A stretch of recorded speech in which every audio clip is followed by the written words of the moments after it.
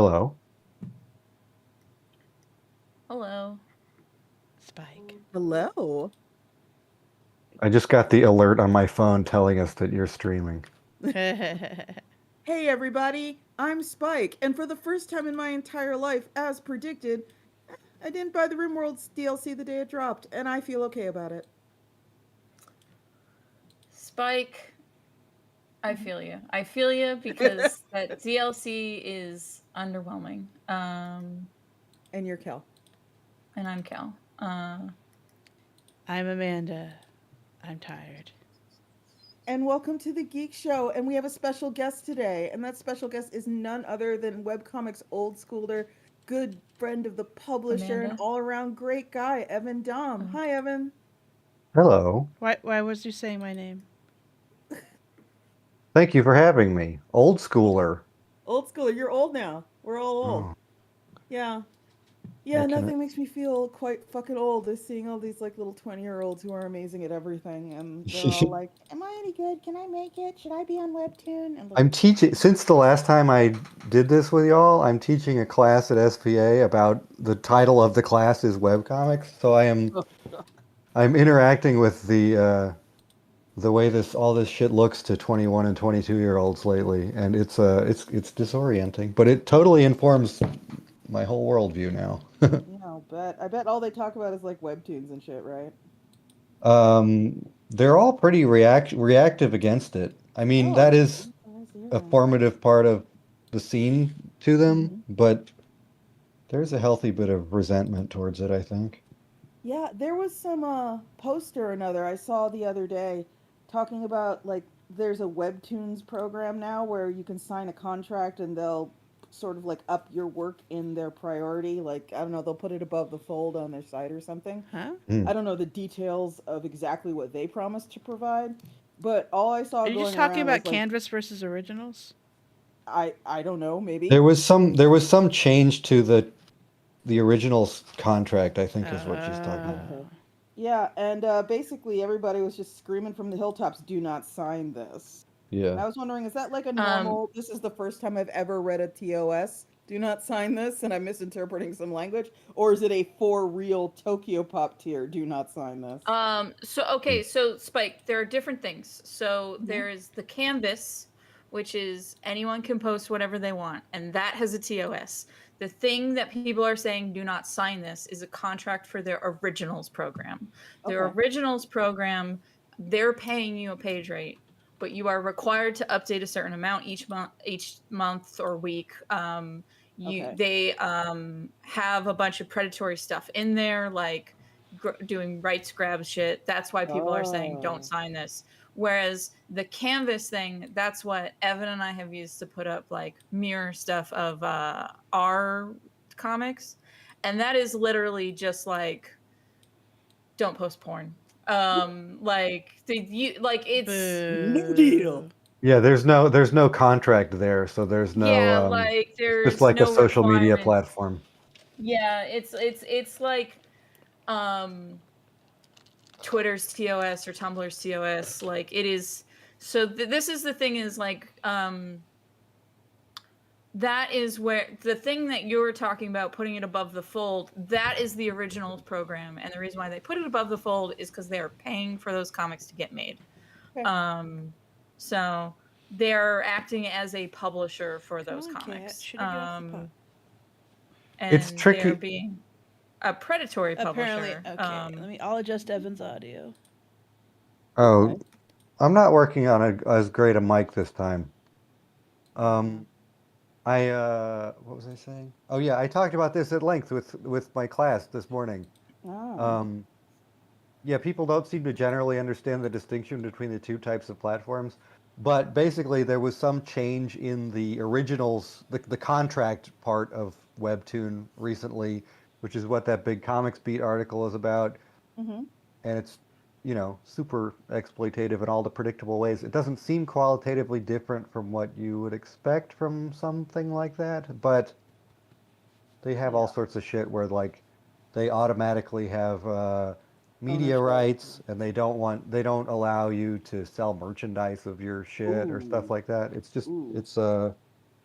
It's just more, Yeah. more preying on, young people who are excited to get institutional recognition, basically. Yeah. I get it. Cat, make up Okay, your yeah. Well, okay, mind. that clears that up for me. Folks, I know I'm preaching to the choir here. And by the way, hi Alan Lord, hi Sack of Books, hi Ether Tales, hi Havelock, hi Daryl, hi Kristen, hi everyone. Thank you for coming. No, I'm preaching to the choir here, but your rights are quite possibly the most valuable thing you have when it comes to the things you create. Do not give up your rights at any point, not for any kind of institutional recognition, not for a platform. If anyone comes for your rights, make them pay through the nose for it. And that's only like if you want to actually give them up. No, rights should never be something you kind of sign away as part of an onboarding process. That's how they got Jerry Schuster and Joe Siegel. Hmm. That's how they get everyone, really. That's your fucking inheritance, is your right. I mean, that's your fucking retirement, your Exactly. rights, that's the main thing. Yeah, Um, exactly. I love the Dick Tracy guy keeps making a quote unquote sequel to Dick Tracy. Oh, you mean Warren Beatty? Oh yeah, I saw Yeah. that. That's incredible. Um, and he's gonna keep doing that until Dick Tracy's in the public domain. For folks who don't know, because this is definitely old That's people me. I'm territory, folks. back in the day, Warren Beatty made a Dick Tracy movie where he was Dick Tracy. And that was back before comic movies were super bankable. It did okay, but it didn't blow anyone away.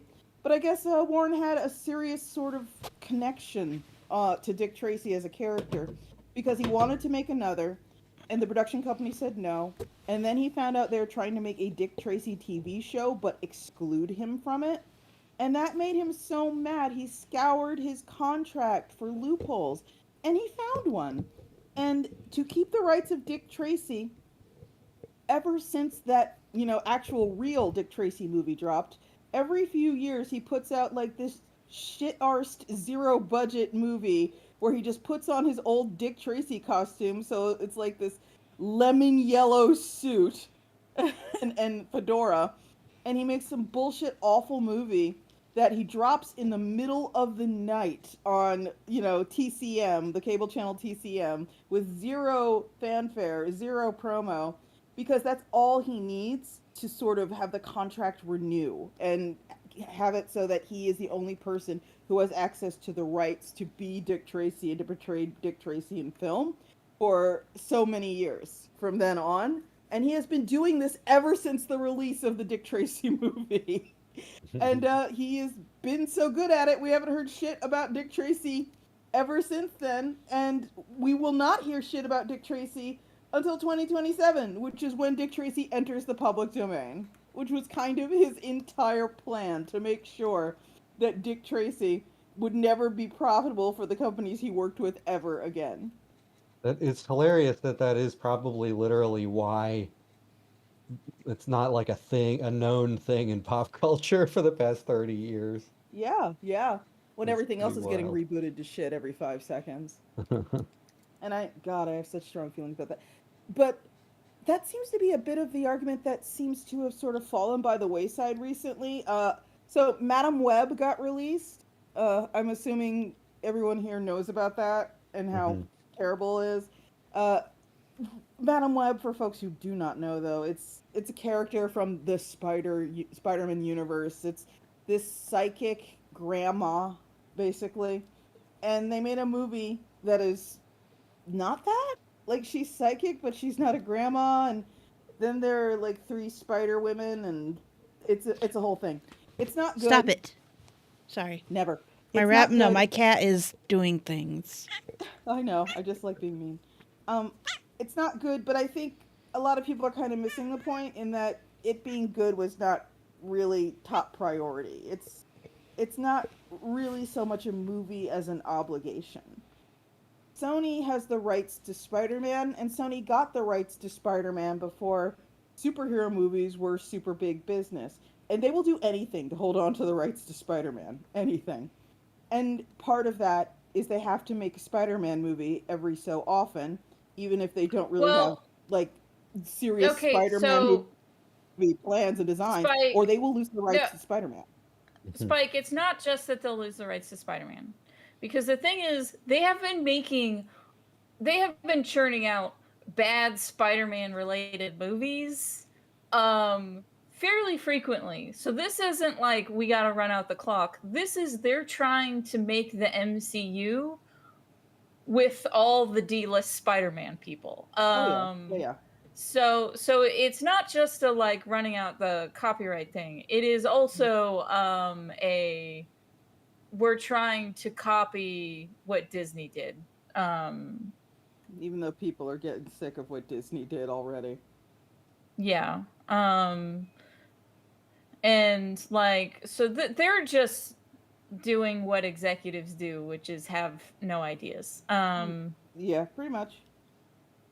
Yeah. Anyway, Well, before we went live and Spike jumped on the call, Evan and I were talking about episodic narratives and ongoing narratives. And I was like, we should save this for when we're on air because this is interesting. So we were talking about how Chris Claremont wrote the X-Men for 17 years uninterrupted, and you really don't get that in Western comics anymore.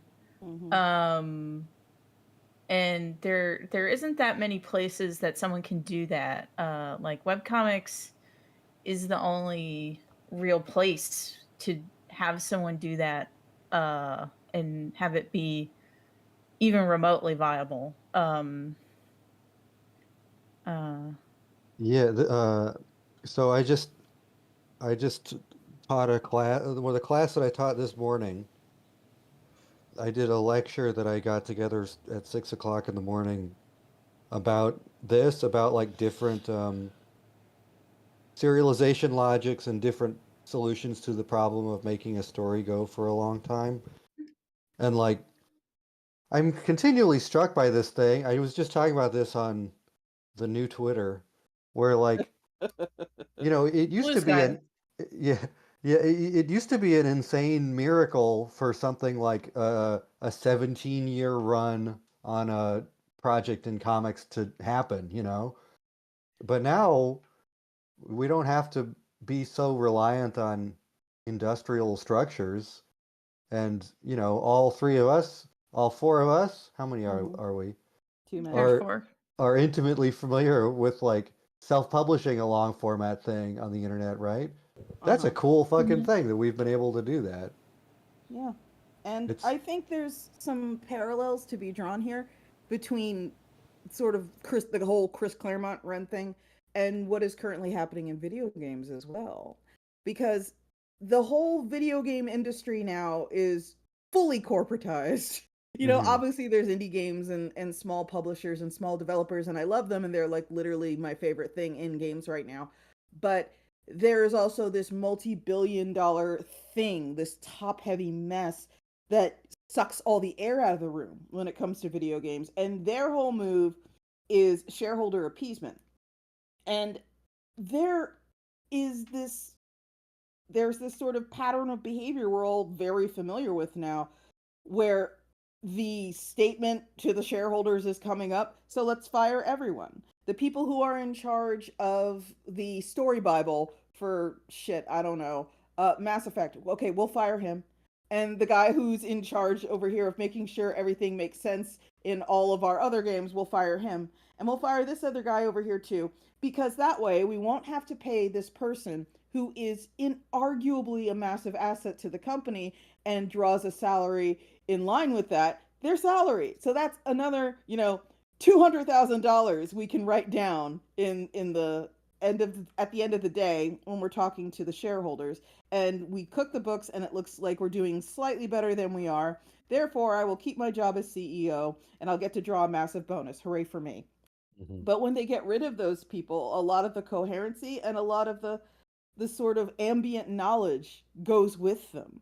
And the same way Chris Claremont kind of, when you're one person who's in charge of the storyline, there's a lot of ability to control the aspects that might otherwise get kind of lost in the sauce if it were a group Well, effort so the thing or some. is this is a different thing than like the Chris Claremont thing is unique and isn't really the same thing as what you're talking about because Okay. the Chris Claremont thing was like planets had to align for this to happen because that institutional knowledge is still in Marvel Comics. It's just the editorial department and it's kind of always been the editorial department. Okay. And Chris Claremont having that happen with X-Men is unique because he started to write X-Men when no one cared about it. Ain't that the truth? So no one was really clamoring to be able to write X-Men. Mm-hmm. And then whereas like Spider-Man was their popular thing. And so anyone who was like, "Oh, I want to write a story for Marvel," probably wanted to write Spider-Man. So Spider-Man at the same time was switching up writers, but um there was still that institutional knowledge because it was like the editorial team. Okay. But by the time they the X-Men was a big thing, Chris Claremont had written it so long that it was too big a risk to remove him. Oh, Like the fans would be upset. okay. So he didn't get removed until like the 90s big gun people were more popular than him. Okay. So like Rob Liefeld and Jim Lee and all those other big 90s artist guys. So Mm-hmm. that's why like Chris Claremont was like a special case. And because it's not just institutional knowledge, it's like, oh, we were ignoring this thing and now it's super popular and now we don't want to touch it because that might fuck it up. Mhm. When you get in on things when no one wants to do them, like you don't like Yeah. crowd in line trying to get in on the shit that's super cool and super in demand right now. You do the shit no one wants, and then by the time people remember it exists and they want it, when they crowd around, it's like, no, you're too late. I've been here for 18 years. You can't have Yeah. it. It's mine. Um and while other people did write X-Men, yeah, it was still kind of like Chris Claremont's Mm-hmm. um oeuvre. Um and Ugh. we don't Yeah. really get that in American comics anywhere else than that. This is why I'm like it's planets aligning made this happen. All right. Yeah. Yeah, Instead of and I big mean, Uh I institutional. mean, I guess this is probably self-evident, but it's not in the interest of the rights holders to Mm-hmm. allow that to happen. It's in the interest Yeah. of Marvel to just have readers be excited about Wolverine Yeah. and to not yeah. develop any sort of relationship to the people making the thing. Yep. Yeah, that's why like after him and after the big 90s artists all left and started Image, the runs on for writers were maybe 2 years maximum and then they got the boot. Um so like There goes you that. really don't have they really don't want to have Chris Claremont happen again. Mm-hmm. Yeah, Um it's sad. It is I mean, I bad. read that was like the first superhero comics I had read in years and years. Was a couple years ago I read like most of the Claremont run of X-Men, and it's clunky and disjointed in a way that a lot of the stuff from that era is, but there is a big picture that he's driving at. And even yeah.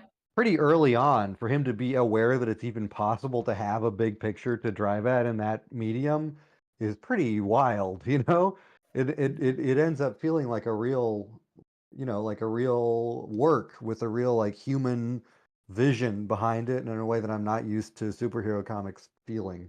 Yeah, and I feel like the even outside of Western comics, something going on that long is rare. Like Dragon Ball is the other thing I can think of that has had one creator work on a thing that long. Mm. And that's obviously different because he owns it. Like they can't do it without him. Yeah. Yeah, most of Japanese serial comics is seems more structurally tied to a specific, one person or one creative team under the direction of one person. Yeah. So there's built Yeah. in more of that continuity, right?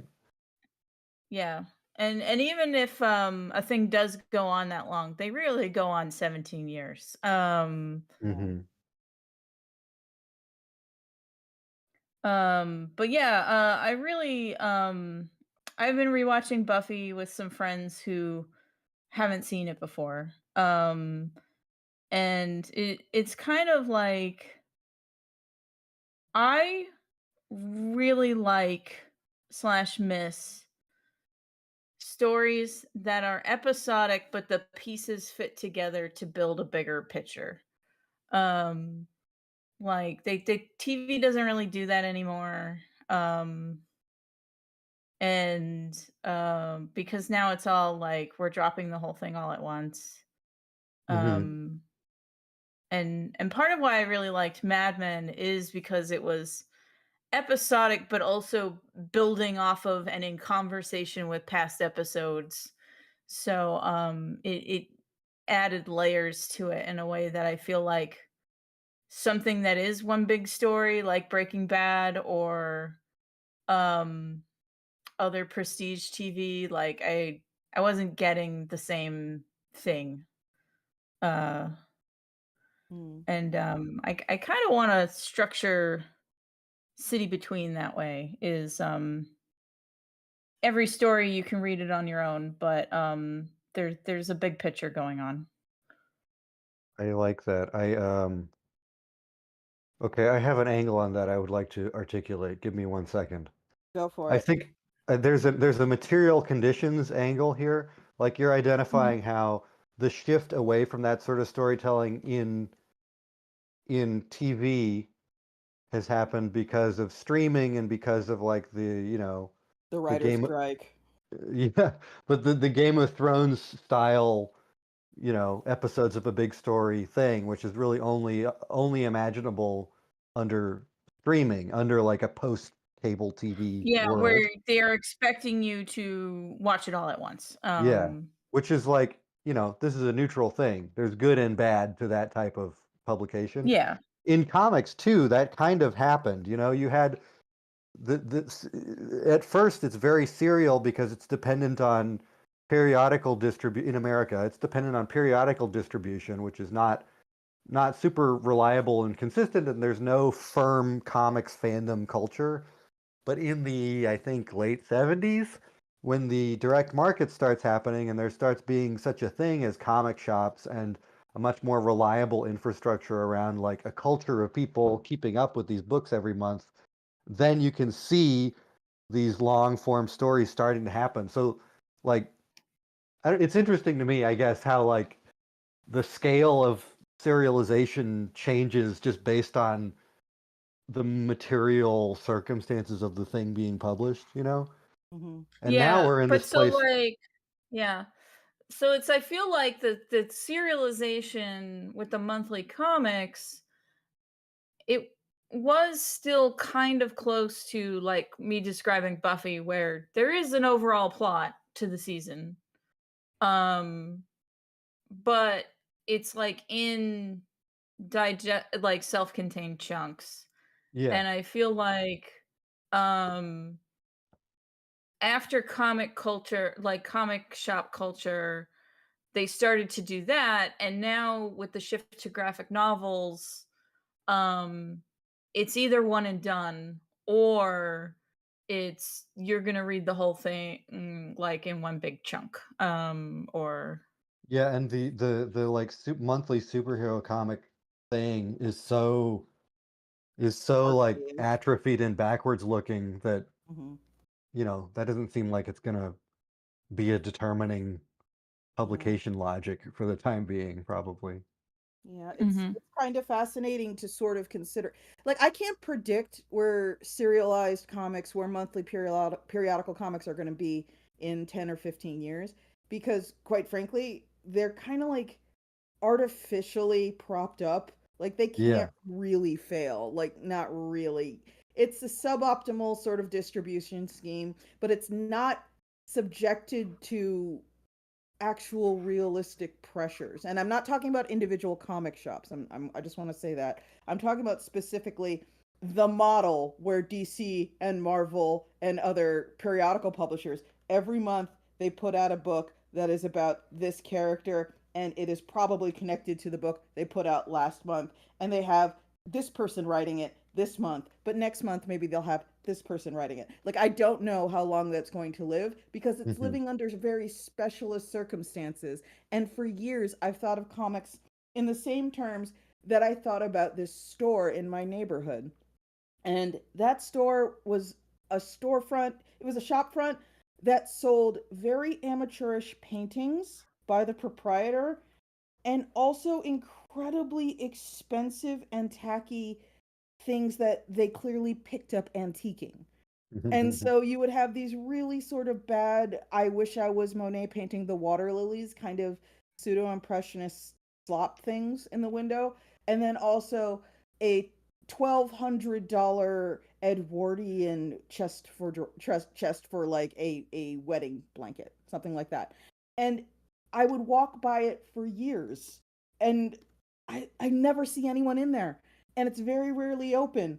And I think to myself, wow, I wish I had that kind of leeway to just do bullshit that doesn't matter to anyone but me and So pretend that it's a little business. And comics is It's in kind of like the same situation. It will never fail. Marvel and DC will never fail. I also seriously doubt they'll stop publishing monthly periodicals no matter how much money they lose on it, because losing a air quotes fortune in the comics industry is chump change when it comes to the books of film and television.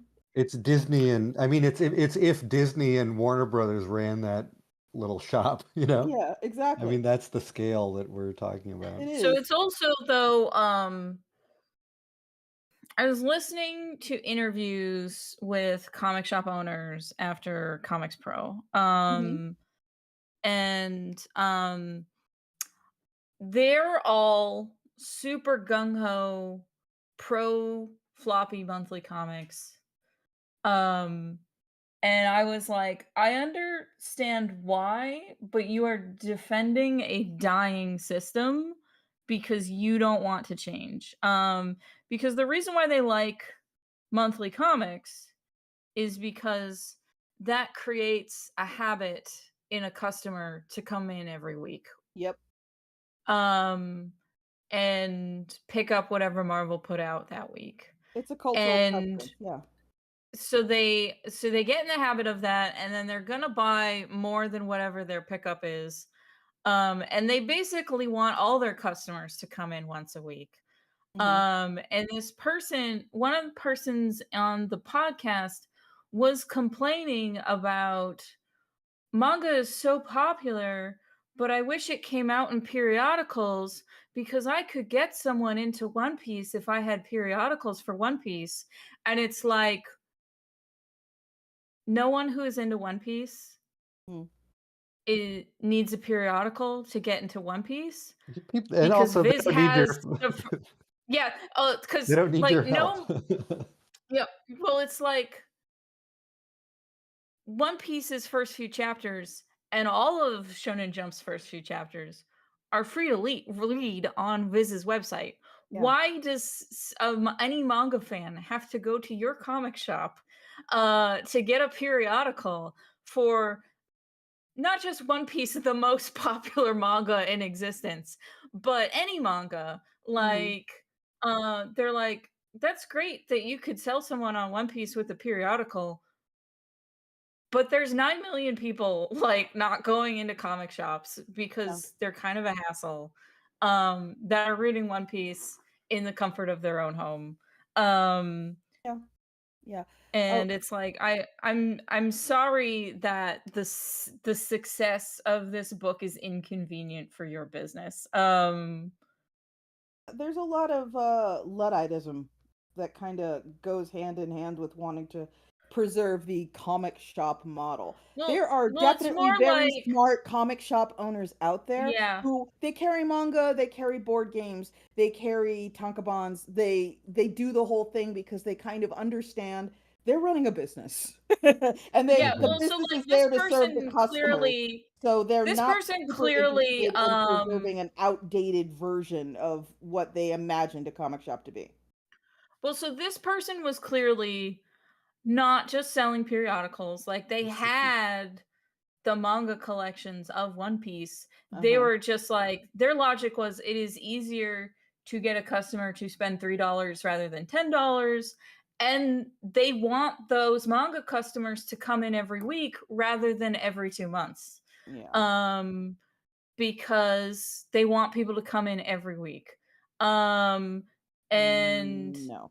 uh and it's like, I understand that you want people to come in every week, but you need to do something besides rely on monthly comics to do that. It's so Um weird to. yeah. Sorry to interrupt you. It's so weird, the case of Japanese comics in particular, because it's like that stuff originally is published in a form in which we never see it in the English speaking world, where it's, serialized every 2 weeks or whatever. So we're just like, we've tried to plug it into our distribution logics over here, but it doesn't exactly fit into how we have tended to do comic It shops. didn't work, which is why Viz moved it to online. Yeah. And but so But like I went to Books with Pictures earlier today. That's my favorite comic shop.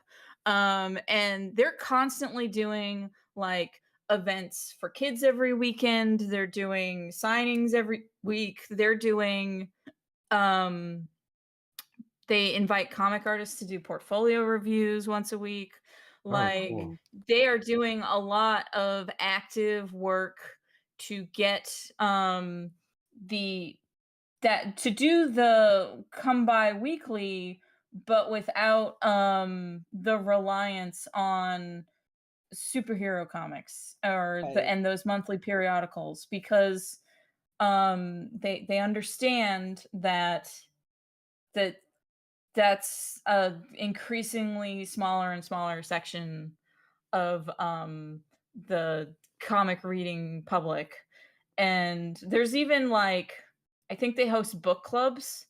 So like if you want to get into comics and don't know where to start, you can sign up for one of their various book clubs and come in and talk about what graphic novels you read. And it's like there are answers to the we want to create a weekly habit that aren't get everyone to read monthly comics. These are lessons that people really should have learned literally a decade plus ago, because now that it's very easy to go online and buy things, if you are going to be a store and you are going to rely on the sales of things that someone could buy online in theory instead of coming to you, you need to figure out a strategy that is going to emphasize community building. You need to give people a reason to not just buy it off Amazon or whatever.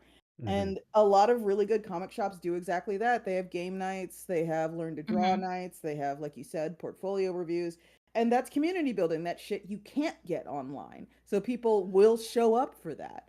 But there are people who just kind of like back in the day, people would talk about they don't want a store, they want a clubhouse. Mhm. They want just a place where everybody can get together and talk about, oh gosh, I'm here for my weekly comics. Where's my pull box? Give me my pull box. Oh wow, here are my comics. Thank you for my comics. You want to chat about this week's comics? Okay, bye. And it's like that. A lot of that can be done online right now. And if you want to survive, you kind of need to put a little more work in. Things change, formats change, chains of distribution change. But to go back to the episodic thing, I miss it. I wish more stuff was doing it. I part of why I really like Discworld is that you can read Discworld in any order. But if you do read them in order, you get to see technology develop in the world. Um, and kind of like the shifting attitudes of the characters as the world develops and builds around them. Yeah. And Yeah, it's man. kind of I miss it too. I like a lot about that, but it does require some articulation of like the value of that sort of storytelling in itself. Because so I've been thinking about this only the last couple of years, but I feel like I grew up with like the graphic novel, like the beginning, middle, end, polished concrete comic book being just an understood platonic ideal of the form, just because that was the circumstance in which I, got into Mhm. comics, I guess.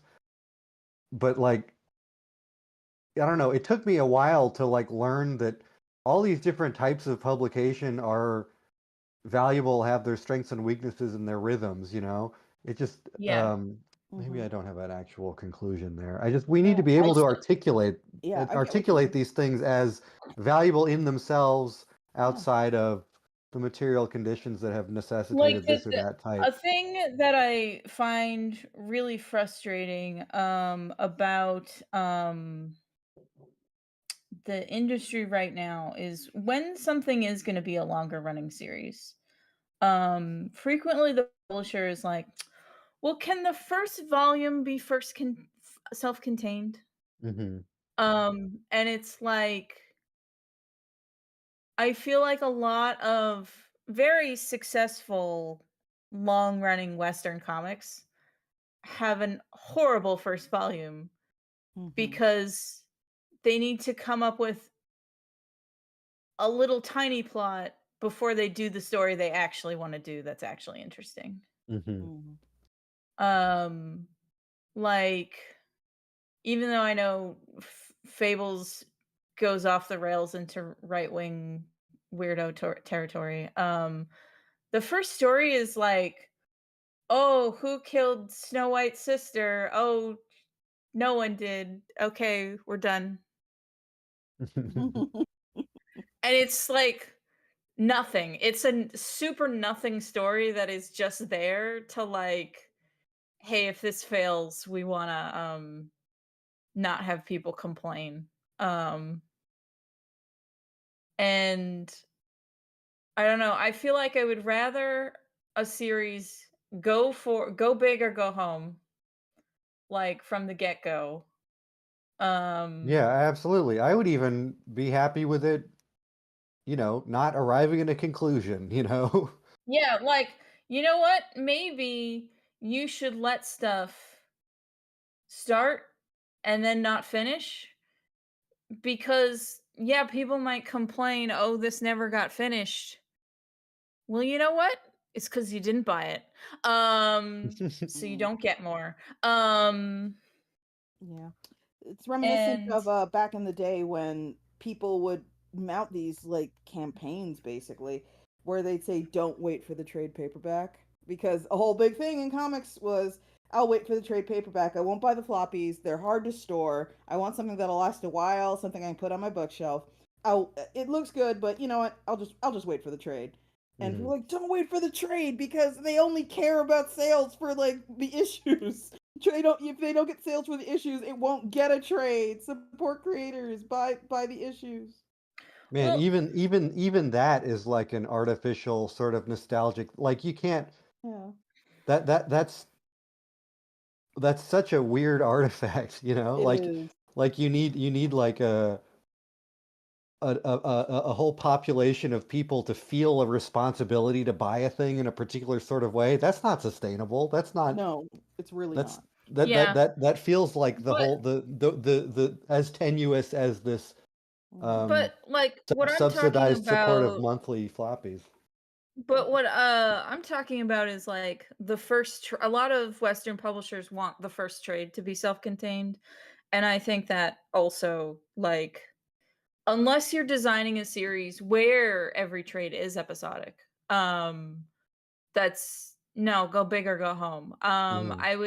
I wish there were more Scott Pilgrim volume 1s than Fable volume 1s. Hmm. Because like Scott Pilgrim volume 1 is just he defeats the first evil X. Here's the premise. Okay, now there's more of the series. Like, it tells you what you need to know. So if you read the first volume, you know if you want to read him fighting the other evil X's, or not.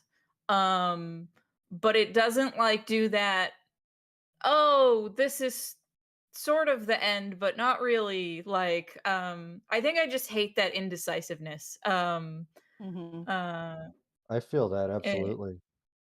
um, and I feel like it's a particular problem with direct market stuff right now, because publishers in the direct market only want to, they don't want to deal with people complaining that a thing got canceled. Yeah. That's really it. Mhm. And it's like, no, it's just say that it's one, and like, hmm it got canceled due to low sales. That's the fact of the matter. That's it. Like, Yeah, there's this weird disconnect about like material conditions like that, right? Like we have this image of like, artists accomplishing their story in an unfettered, uncompromising way, but you can only do it if it can fit into the industry Yep. or if you're mhm. independently wealthy or whatever, These things, Yep. Yeah, matter.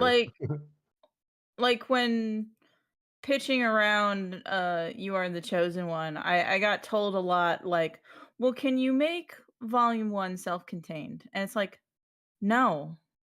hmm That's Yeah. like the whole Uh, point is that it's a Rube Goldberg machine. You can't remove the first 3 steps of a Rube Goldberg machine." yeah. I actually pinched before I pinched, excuse me, before I pitched rather, I actually pitched Templar Arizona to Oni back in the day before I went the self-publishing route.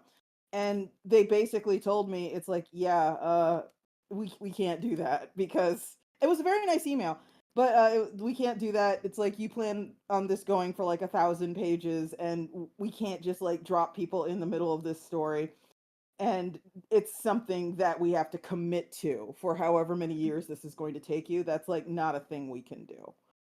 And I mean, that's fair enough. I mean, I mean, and that's, I, I think I appreciate that answer more than, but can you make the first volume of Templar Arizona self-contained? exactly. Yeah, they didn't ask me to do that. They just straight up said we can't do that because it's not in the budget to dedicate all these funds to what was frankly an unproven story. So um, yeah, bullet dodged, says Pencil Ears.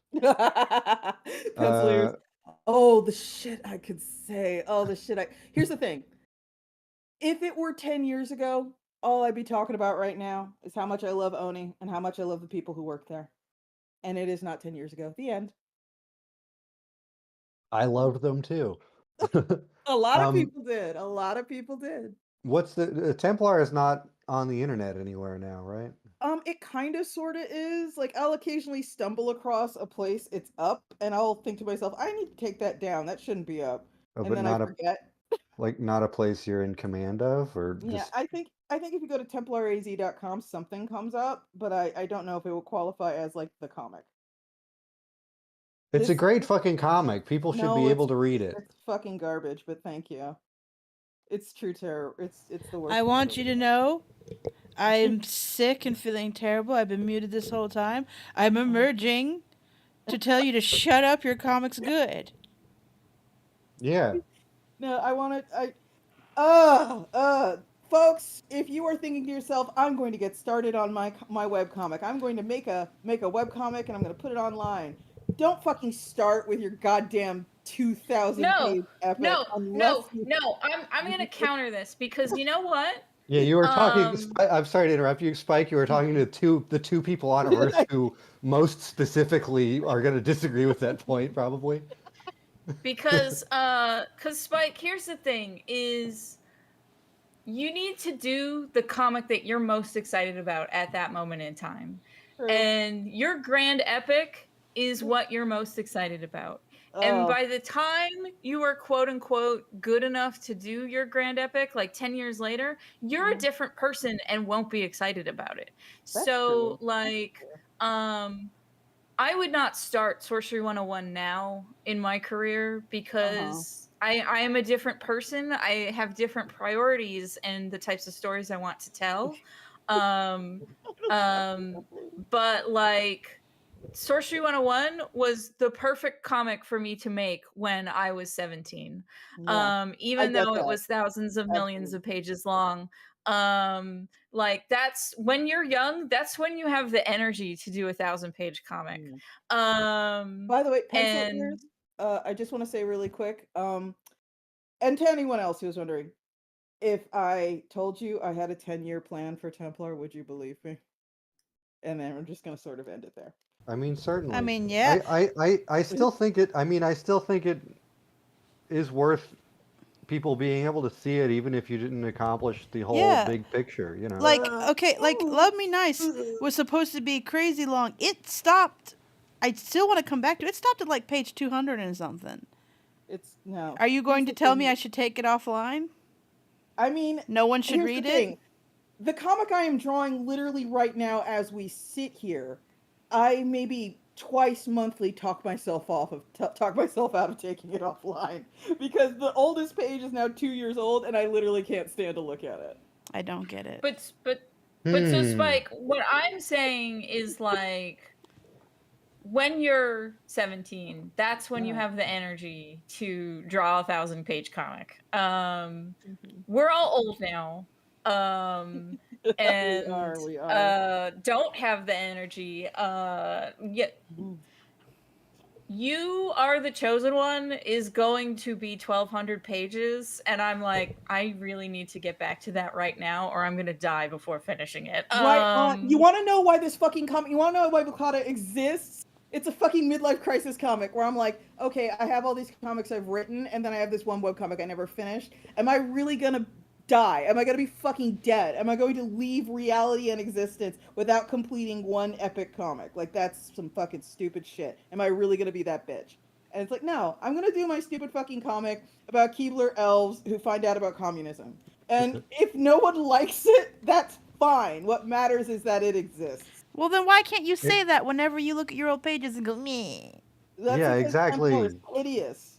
This is a psychological problem. I've been there. I have that feeling, but like it's good work. You've been a fully No. mature artist, draftsperson throughout the whole course of drawing Blicata. It all looks fucking great. You cannot worry so much about that. It really does not look great, Um, but thank you. You're very kind. But that's you. Oh, But are you that's you calling us saying that. liars? yeah, That's I'm Spike is calling us sorry. liars. I'm offended. Spike Is has my a opinion particular not perspective good? on it. Do I not enjoy good art? No. You know, I third voice the thing that is my whole life lately. I'm going to work on that for as long as fucking possible. The Yeah. beginning of it already looks kind of clunky, It but makes like you want to it's a die, big right? picture thing. Oh my God, No. yeah. Evan, what is your plan for third voice? Like, can you Yeah. tell us about it? Yeah. Yes, I can. Okay. Let's see. The How do I laugh. modulate this for public consumption? Honestly, we only have like 26 people watching. Go absolutely ham. Oh, man. Okay, so Drop those spoilers. so I did Vatu for 12 years, right? So Vatu, my approach was I had a plan for a big picture with like a big, big trajectories, and there was a plan, and it ended at a certain place. As I was drawing it over the course of that 12 years of becoming a smarter and more critically thinking person, um, it started to look different, and what the ending meant changed to me, and the role of improvisation within that plan became bigger and louder. So, as I was approaching the end of it, I was trying to think about how to like how else I would how differently I would do this sort of project, and I felt like I was in a kind of historically unique place of being able to plausibly commit to some enormous self-published thing and to have the perspective of having done something like this to know sort of what I could do. So I have planned out Third Voice. Uh, there is a plan, but I am much more foregrounding for myself space to improvise and explore with it. So basically, um, it is one big story, but it is very much defined by about being focused on characters, dumb assholes on the edges of the big story, basically. Oh, I love dumb assholes. I do too. It's been so long since I've written any of them. I'm really I loving that. dumb assholes are my favorite. They are. So I'm kind of doing something a little similar with the webcomic I'm working on, and how I'm kind of doing with it. It technically has 3 endings, and I can stop at the first one, and if I'm happy, I can just stop there. Mhm. But if I want to keep going, well, there's another ending. I can keep going. So I have 3 endings planned out. Mm-hmm. And it's just like, so I could make it, if I really, really am feeling it, it can keep going. If I'm not feeling it, I've given myself kind of a ripcord. Yeah, I feel that. I mean, for me, like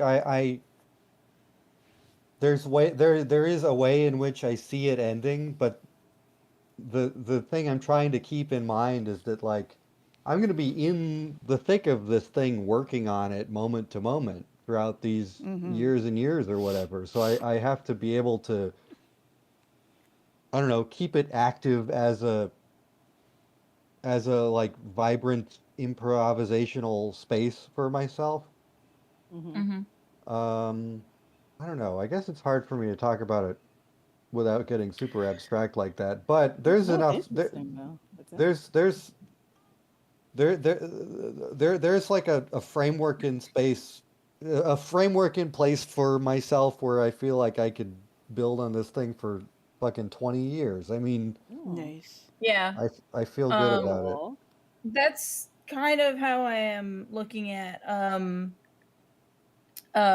City Between is basically I will write a story that they're all going to be between 80 and 200 pages. So like someone can just pick it up, read that one and be done and peace out if they want.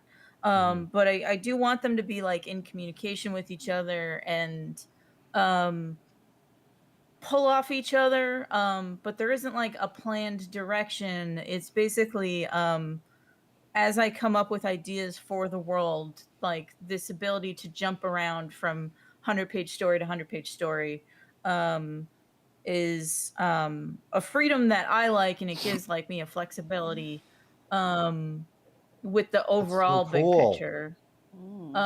That's so cool. And So like that's a I yeah, keep coming back to this thing that like that is a historically really unusual exciting thing to even be in the position of having that sort of like big picture resonance, you know? That's really fucking exciting. And we're yeah, back to and Claremont. because I was thinking about like the stuff that I like does that a lot.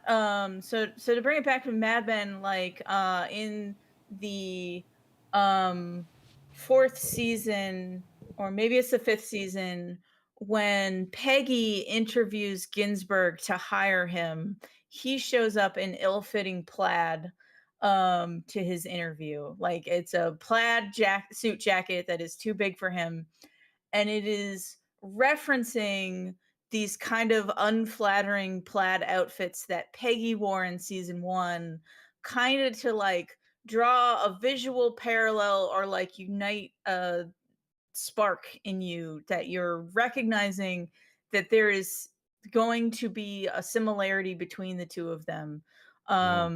and that they'll be foils for one another. And obviously Ginsburg's in a different position because he's a man and Peggy's a woman, but Peggy is fits into the white culture of the Mad Men world more than Ginsburg because Ginsburg is Jewish and he's the first Jewish guy that they're hiring. Mm-hmm. Um, and so it's basically they're making that connection visually, but if you miss it, you don't miss that part of the episode. Yeah. Like it's Mhm. still there for you to consume if you start in season 4. Um, but there's like an extra layer of depth if you have been watching it all in order.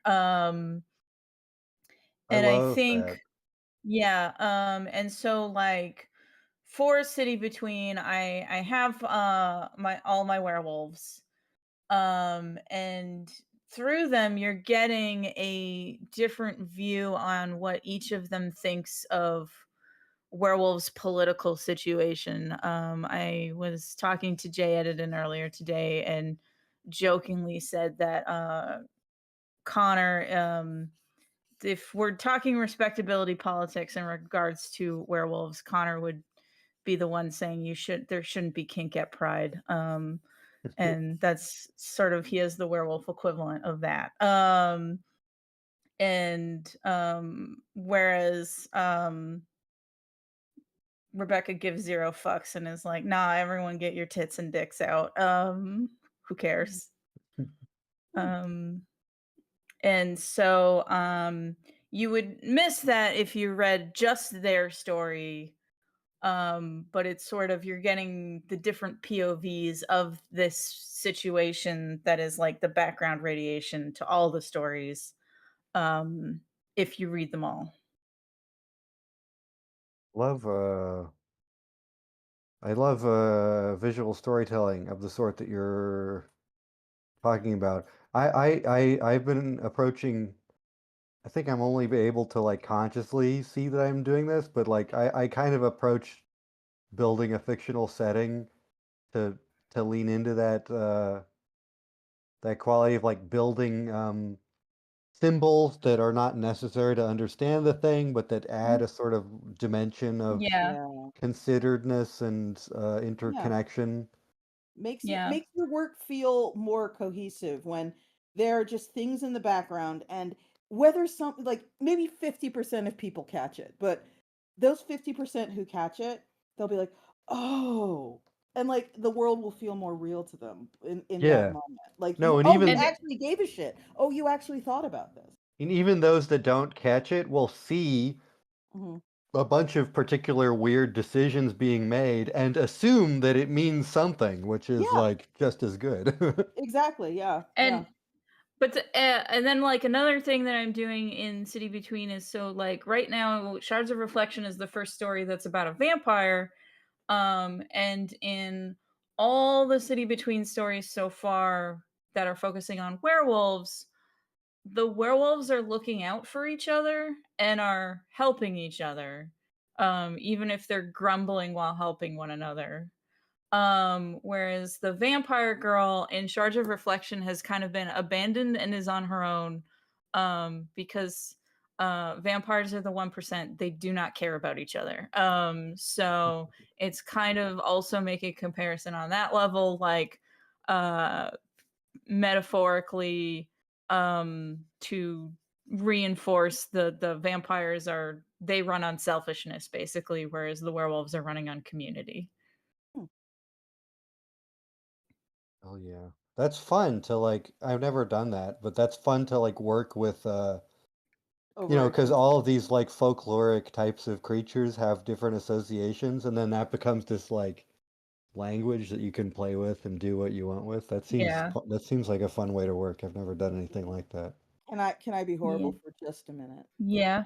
I Wait, no, I appreciate have the my veto power still. too late. I I can appreciate kick the you at any point. allegorical nature of what you're doing, Kel, and it actually, unlike most allegorical sort of fantasy reinterpretations, it actually sounds fucking interesting. But the thing is, I always need to be talked into stuff like this because 90% of allegory when it comes to fantasy races is like on the Is level of bright.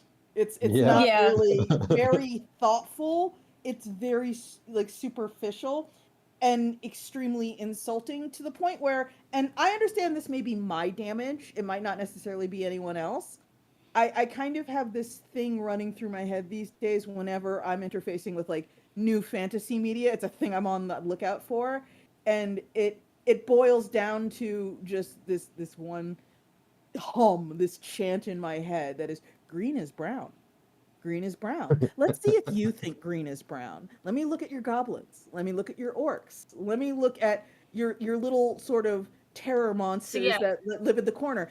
Do you think green is brown? Let me see. Okay, well, the orcs seem to have dreads. Okay. Oh, stretched lobes. All right. Okay. Oh, they have those rings that elongate their necks. Okay, not looking good. Not looking good. I think you think green is So brown. Is this going to be an allegory about racism? It sure is. I'm out. so I like intentionally didn't want to do that, Spike. That's because I mean, green is brown anybody. fucking sucks and is lazy and for Yeah. dipshits. I mean, if Well, you think about it, yeah. because I specifically have it that the supernatural is rare enough that they can't be a political like entity. Um like I looked to figure out how rare they should be. I actually looked up statistics on different types of birth defects Mm-hmm. rather than like, oh, they're going to be X population, Yeah. because if they're a small enough group, like there isn't intentional institutionalized prejudice because they're not common enough for people to do that. Um so Mm-hmm. like the problems that they're having institutionally or bureaucratically are things like werewolves have a faster metabolism. Um so medications don't work on them unless they're taking a way higher dose. Like a horse. So um so if you have ADHD and you get bit by a werewolf, your Adderall does not work anymore. Hmm. Okay. And now you need criminal levels of Adderall to control your ADHD. And there aren't enough of them to have research to figure out how much Adderall you would need to take. So it's a lot of experimentation on the part of ADHD people when they get And werewolfized. same with like certain types of antidepressants, like it's anxiety meds, anything that you metabolize. So like Connor doesn't drink coffee in the morning because caffeine doesn't do anything for him that much anymore. Mm, okay. Um, Perhaps we could bring the X-Men back into this conversation, Yeah. right? Like Yeah. the organizing motif throughout all of the history of the X-Men as a thing in pop culture has been like they're a way of talking about cultural alienation and like marginalized populations. But Mm-hmm. if you don't think very hard about that analogy, or if you just apply it kind of recklessly, you can run into some pretty grotesque shit, right? You sure Yeah. can. Like, Like it's too easy to make these analogies. Like, we have like to think harder about this shit. repeatedly them saying that Professor Xavier is Martin Luther King and Magneto is Malcolm X. It's like, Yeah, I mean, I don't think Professor Malcolm Xavier. X killed a shit ton of people. Yeah, Professor Um, Xavier can kill people with his mind. Yeah. yeah. And it kind of reflects the poverty of the education on the civil rights movement that a lot of these writers clearly grew up with. Yeah. It's just like, Now wow, you it's moved on to have no queer idea. rights. Yeah, of course it has, because it's like I so don't want to see 90% of the opinions I see expressed, you know, by folks who are doing the writing for shit like this. Like, let me make this allegorical so I can safely ascend to my soapbox and opine Yeah. upon your rights. No. But it's No. like there's Yeah. it's a shame kind of because like there's evocative stuff in there that can be dealt with in a kind of in a more nuanced way. You know, there's Yeah. ways of talking about oppression and alienation without drawing too firm an allegory. Oh yeah, Yeah, for sure. like in And Oh, I am Beastars. literally doing it right now. I am yeah, literally doing But it right now. but also, Evan, have you read Beastars? no, I watched some of the I anime. was so fucking relieved. Evan, the thing that, oh my god. Okay, so Beastars is one of those things where I approached it with that, okay, let's see how clumsy this is. But no, No, like it's fucked up and it has plot holes you could drive a Mack truck through. But the creator really is like they did that Terry Pratchett thing where they sort of set a parameter where they said, okay, in this world, carnivores and herbivores, they all live together in a society and they follow the sort of pattern of whatever animal they are. So, Mhm. how would that work? And it's not like this is my thing about black people and but no, it's not that. It's literally a wolf has to go to school with a chicken. How does that work? And Mhm. she tries to make it make sense. She tries really hard and I super respect that. Yeah, Mhm. and then like the conversation about does he want to like how carnivores and herbivores interact with one Yeah. another. I was explaining Beastars to someone and they were like, is this an allegory for racism or is this an allegory for queerness? And I was like, Not it's really either. both. Honestly, I Like was it's both but neither. yeah, Like it's neither. I mean, you can absolutely read it through a lens where you are centering racism or queer identity in in the conversation, but you can also read it completely without that interpretation, and it is just as valid, in my opinion. yeah. But Beastars is Like actually really good, Evan. I was not convinced it would be any good. I was braced for some American style shit. But no, it's actually really fun. Like I said, there's some parts where I'm like, okay, that would not work. But at the same time, like they're trying. They're trying. I saw uh there's an anime of that a couple years ago, right? Yeah, I the feel like Beastars yeah. anime on Netflix is definitely worth watching. it was very cool looking is the main thing I remember about I it. Yeah. really like Beast Complex is the series they're doing now. That is just short stories in the Beast Stars world. Mm. Um Yeah, and I should note that one of the lenses that you could also read it through, which is, in my opinion, the most prominent lens you can read Beastars through, is this sort of interpretation of heterosexual woman-man relationships where the woman is in the form of prey Mhm. and the man is in the form of predator. And that's like the overarching plot, but there's also a queer reading underneath that. Oh, God, I don't want to spoil it though. that's well so like that I'm is not actually hell. I don't want why to just fucking fire hose spoilers all over the place. well, I just want to say that that whole like okay, obviously Legoshi being the predator and Haru being the prey Uh and huh. they're male and female respectively like Uh huh. I actually think Juno and Louis are more interesting because they are gender flipped that. Yeah. And Yeah. I think Louis is more interesting because he is a male herbivore. So he is struggling with both toxic masculinity, but also what people assume about prey animals. Yeah. Um, and Juno, like mixing femininity with being a carnivore and a quote unquote predator, like Yeah.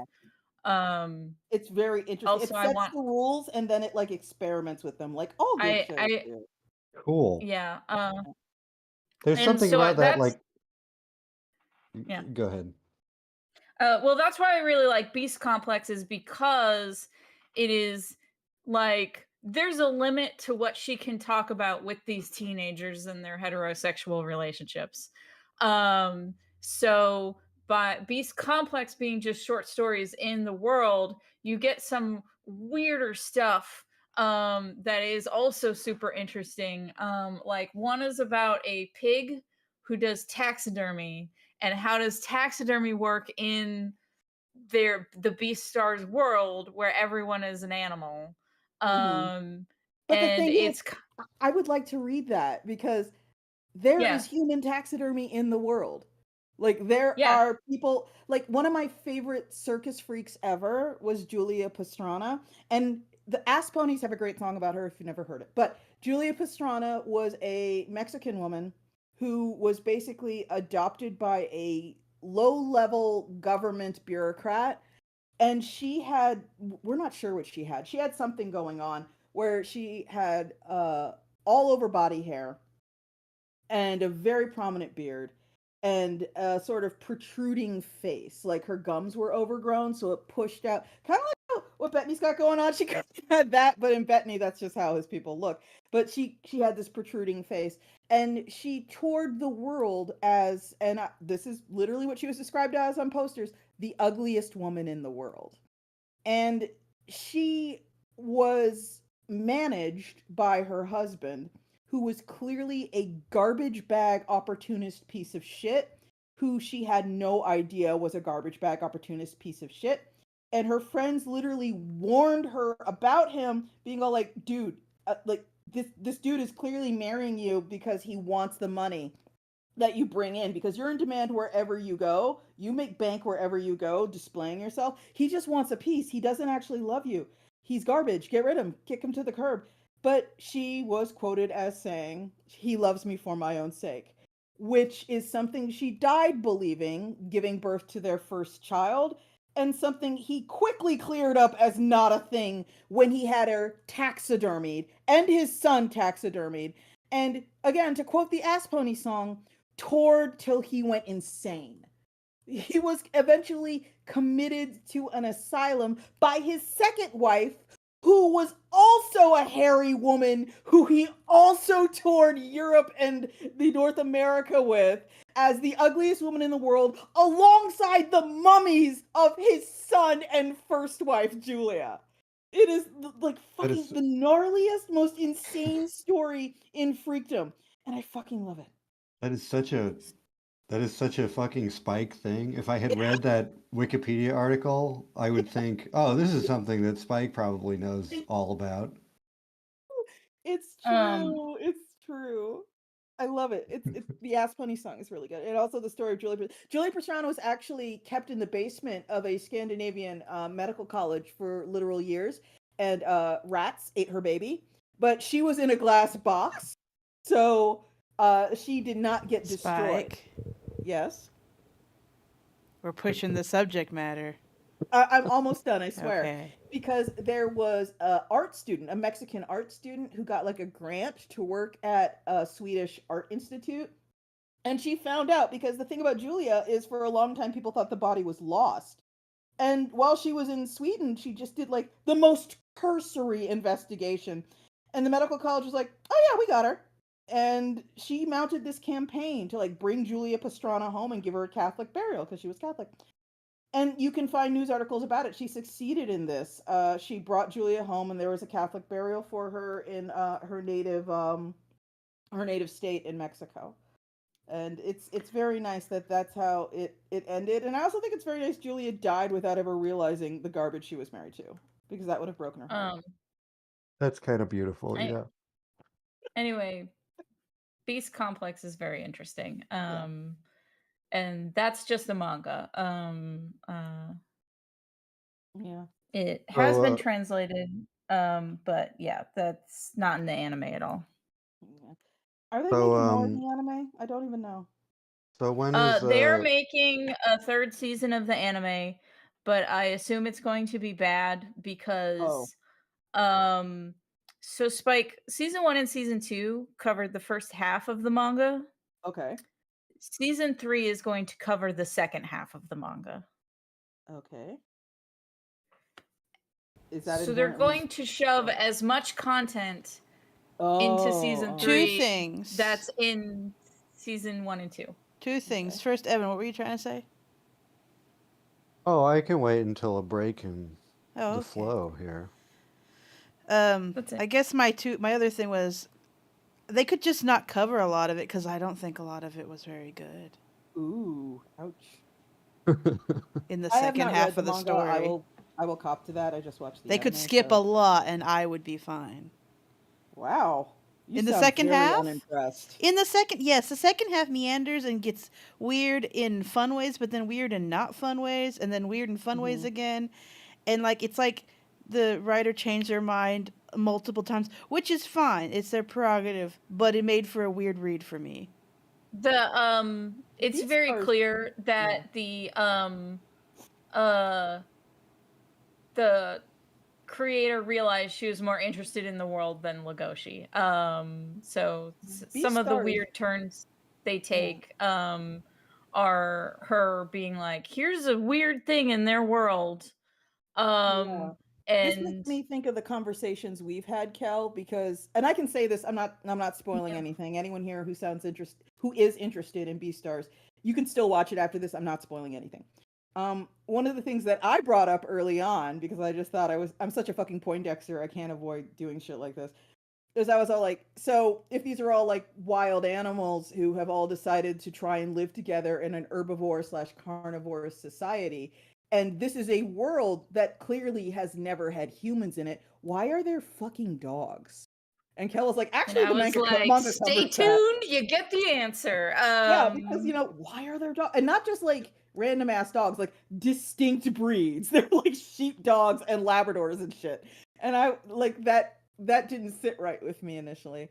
And also a thing that was covered is there are obligate carnivores in the world. There are things that need meat to survive. And so how are they going to go to school alongside chickens and gazelles and bunny rabbits? And there's an answer for that too. And when Amanda, you were talking about how Beastars like veers into weird ass territory, there was a whole like beginning of an episode and a recurring theme where it goes there, like where Legoshi is getting his sandwiches, and I'm just like, okay, we're spending too much time on this.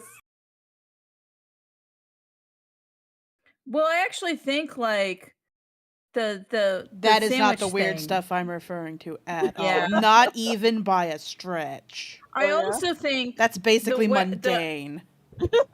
I also think the sandwiches storyline, Spike, is a good counterpoint / foil to what Legoshi is doing, because the chicken You're is just as, ruining you know what? It's been out for a while. You should have watched it by now. it. The chicken who is laying the eggs in the sandwich, like her obsession with producing the best eggs possible is just as weird and obsessive as Legoshi's obsession with Haru. But it's a societally acceptable obsession, so no one's calling her out on it. Like, It's very fucking weird. but that's the thing, is like they're making the point that it is weird, Yeah. but society isn't calling her on it because society needs people like her to be weird. True. Like, this is like how no one cares if you're a workaholic. Like, Yeah, ain't that the truth? yeah, because capitalism wants you to be a workaholic. So her being obsessed with making the best eggs, the society benefits from her making the best eggs. So no one is being like, you should maybe chill the fuck out and live your life. Yeah. But yeah, I'm very curious to see what season 3 will off. I liked season 1. Season 2, I was like, we are fully off the rails. Like I don't understand. Like the ending of season 2 is to be a fly on the writers' room in the writers' room. It's just I'm not sure even they understood what they were doing at that point. No, they did. It was just a little. That's in the manga. It's a little fucking Okay, so part of the reason I have not read the manga, everyone, is I don't know. How could I be diplomatic about this? I know what Spike you're thinks about to the art say, is and I'm bad ready and to he's fight wrong. you. The art is extremely bad. The No, art is Spike's charming. wrong. I'm gonna. Oh, I'm gonna look this up. I be the feel judge of so this. bad. I am ready to stand up. Art is so I cannot No. tolerate the art. And the thing is, Spike. when I learned after the fact that the creator of this manga is the daughter of the guy who does Baki the Grappler, I was like, that makes perfect sense because I find both those art styles revolting. Whoa. Yeah, Baki is revolting, but in a really considered and Yeah. kind of beautiful way, I think. I love And how I it feel looks. the same way about Beastars. Oh yeah, there's a weird approach to lines. Thank you, pencil ears. Fucking thank you. The art is kind of atrocious. Thank you. Well, we've No. established that Spike has bad taste, so I do. Yeah, Spike doesn't even Yeah. like the early pages of Temple Arizona. yeah. Shut up. That is normal to hate that garbage. No. But Like, Oh I yeah, think, like- it feels it has that quality. Sorry, the Beastars pages that I'm looking at has that quality where it doesn't seem like they're enjoying drawing it. Do you know what I Yeah. mean? Yeah. There's not a lot of love lavished on it. It's And just I very. let me tangentially bitch about something. Do you know that Wow. comic Heartstopper? Yeah. Heartstopper. I've heard of Heartstopper. I have not read Heartstopper. Super popular, like Oh, the little teen gay romance thing? yeah, teen gay Yeah. webtoon romance thing. There's a Netflix show based on it. Uh I'm huh. sure it is great. I have looked through a lot of this comic and it just looks like the person does not enjoy drawing it, so I cannot read it. It just looks Um, so half-assed. I don't know what it is. That's kind so of the a thing lot is, of stuff on webtoons that's popular, yeah, really. Yeah, Yeah. because I they think you're gotta right. crank that shit out. I don't think that she hates drawing Beastars. I think that a lot of it is she's going for mood rather than correct art. And that Sure. leads to some really weird shit. But like sometimes You are so it can get merciful. really You are so I think merciful. expressive. Yeah, I can see the expressiveness. there's some very expressive panels in both directions. Like this is also why this has produced some amazing memes too. Like the one of Yeah. the one of Lewis just sort of standing there as will never not be just funny to look at. Mhm. It's real. This is I God. I have this problem with multiple series. This is so confessional right now. I cannot fucking stand One Piece, y'all. I hate the sight of One Piece. I can't stand the You manga. hate One Piece? It's so fucking ugly. I Can't cannot bear it. relate. I Can't Yeah, cannot bear relate. no, One Piece. it's ugly, fair enough, but like But that's why I like. I mean, I don't know. Maybe I like. I like weirder more than other things. One Piece is ugly in a like pretty considered way, I think. I just I mean, I that's can't fair. stand Different it. strokes, different folks, etc. Yeah, this is not something I have control over, you know? It's like I look at it and it's like you're studying for a test that is tomorrow and you need to absorb 5 chapters of material and you read the same page like 3 times and you absorb nothing.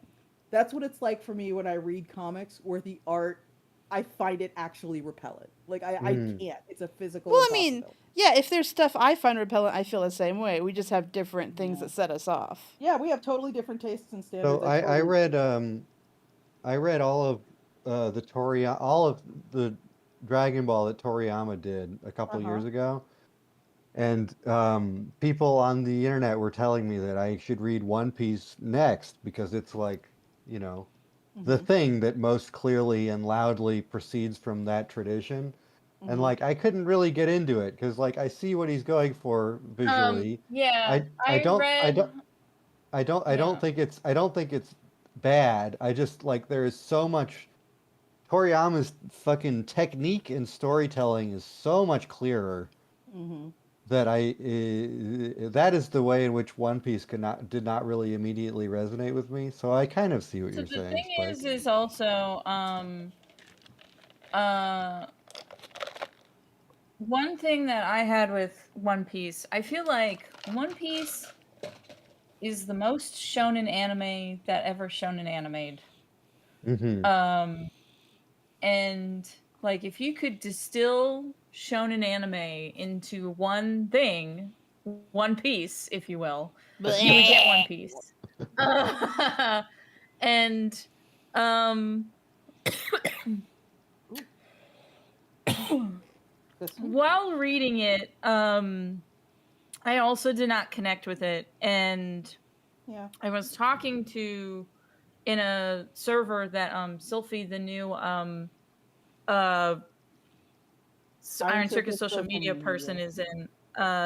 Like um it's an anime focused server, and a lot of the kids in there love One Piece. Yeah. And it was like reading it, I realized what was bothering me was that the way I phrased it is there isn't a Kuwabara. And my Okay. favorite shonen is Yu Hakusho. And the reason why I like Kuwabara is Yusuke meets new characters and does begrudgingly make friends with them. But Kuwabara is a character that's known him for fucking ever. Mm-hmm. So he has a very different relationship with Kuwabara than with any other member in the cast. Like he is still learning who these other people are, and they're learning who he is. But Kuwabara fights him every day and has fought him every day for several years. And every arc of One Piece was Luffy goes to a new island, Luffy meets a person at the island, he befriends them, they find out there's a problem with the island, they face the problem like with punches, and then that person joins their crew, and then they go to the next island and repeat the process. And I felt like I was never learning anything new about Luffy because everyone was starting at zero with him, and there was no one who knew him before he went on this adventure. And so it was kind of, I was just getting the same thing over and over again. See, And- I remember really enjoying it. However, I gave up on it because I refused to keep buying bookshelves. So we ended up selling all of the copies that we had because, like, I know deep down I can't keep up with this. I just can't keep up And, with it. I never will. I read pretty far because I got to the point where everyone quote unquote talks about it getting good. Oh God! See, that's the first warning. You gotta stick in. You gotta hang in there. It gets amazing around Tankabon number 64. Hell no! Bye. And I think the part where everyone talks about it, quote unquote, getting good, is because that's when he stops collecting new crewmates. And so you can get past the introduction. Gotta catch 'em all. Yeah, so you get to learn more about a crewmate other than their intro. And I read it and I was like, it's fine. Yeah, this is some very relatable content. The whole sort of like a manga explodes globally and everyone fucking just they're ape shit for it. They can't get enough of it. They love it. And I should note here, you are fully within your rights, everyone listening to this, to be ape shit about whatever comic you want to be ape shit about. Good for you. Live your best life. But I'm talking about my experience, and 90% of these world exploding mangas, they just pass over me. They just wash over me like a shell on the seashore and do not shift me in any kind of way. And I have a rule where like I try to give shit a chance because a friend of mine, Jim Zubkovich, said something to me years and years ago when I was in Canada for TCAF, and what he said was, everybody is dunking right. Well, he didn't say dunking because that wasn't a thing back then, but paraphrasing. He said everyone is like dunking hardcore on Twilight right now, but here's the thing. Instead of fucking dunking, maybe you should try and figure out why this is resonating with so many people and see if you can't apply something you learned from that to your own work. Like this has clearly caught millions of people by the hair and pulled them in. And you need to figure out if you want to sort of maybe imitate that effect in your work, it couldn't hurt to figure out why that is. And Or that's just kind like of- enrich your understanding of pop culture by Yeah. seeing what Yeah. people around Yeah. you I resonate with. always That's Yeah. try the to thing that I've been have, doing with manga for a while. Like people go apeshit for Dragon Ball, people go apeshit for Sailor Moon, people go apeshit for One Piece, and I'm like, you know what? I'm gonna give this shit a chance, and I'm going to see what is dragging everyone in. And 9 times out of 10, I like read maybe 50, 100 pages. I'm like, I do not fucking get it. And the only time that has not been the case lately has been Berserk. Yeah, I get hell it. yeah. I fucking get it. With Berserk, All I get it. right. It's not for did me. you It's read? 100% not for me, but I get it. How much have you read? Not much, not much. But the art, fucking incredible. The storyline, very clear. the sort of undertones where people go, "Oh, do you see what so and so said to so and so? They're clearly totally in love." Like I get it. I get it. I've committed recently to I've started buying the big fake leather hardcovers. Cat Yeah. killers, yeah. It's Um, God, I love that fucking when comic. I'm done moving, I think I'm gonna get those. I love the golden arc of a Berserk. I also think Yeah. like it's really beautiful. I love how it's beautiful, but also edgelord bullshit all the way. Oh, it absolutely Like, fucking is. yeah, like 10,000%. It I always mean, has to but did top you itself. it starts out edgelordy in an unsubtle sort of like high school Juvenile. margin doodles way, but Yeah.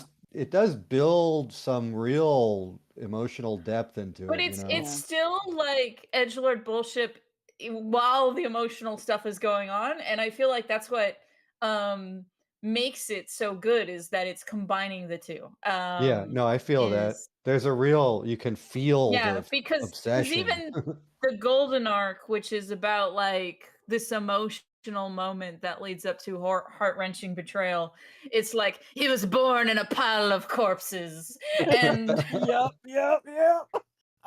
um Like Marked it's by not but a like demons. mystery to me why Berserk like turns on so many like, teenage boys. It's not a mystery at all. It's and so then good, man. like I mean that's a beautiful example of like serial storytelling just growing into something much bigger and richer than it has any right to, really, you Yeah. know? Because like he does this complicated like back and forth time skipping stuff and builds this really, I don't know, it's so confident. I love it. yeah. Mhm. It's a And real then shame. uh Dragon Ball I read a bunch of, and I think for me I finished it because I was like, this is technically very impressive. Like, Mhm. even though like it wasn't 100% my thing, like, um, he is just he's got a draftsmanship that like blows people away, and like panel flow and the way he plans out a fight on a page, like I don't think anyone's topped him ever. Hmm. Mhm. Um, and I'm gonna go back to ragging on One Piece. Um, You're allowed. This is a safe space for One Piece there's hate. a trans guy character, Uh-huh. and he draws the trans guy character like he draws women. That's a little tacky, I would say. Yeah, it is. Yeah, that infuriates me. Mhm.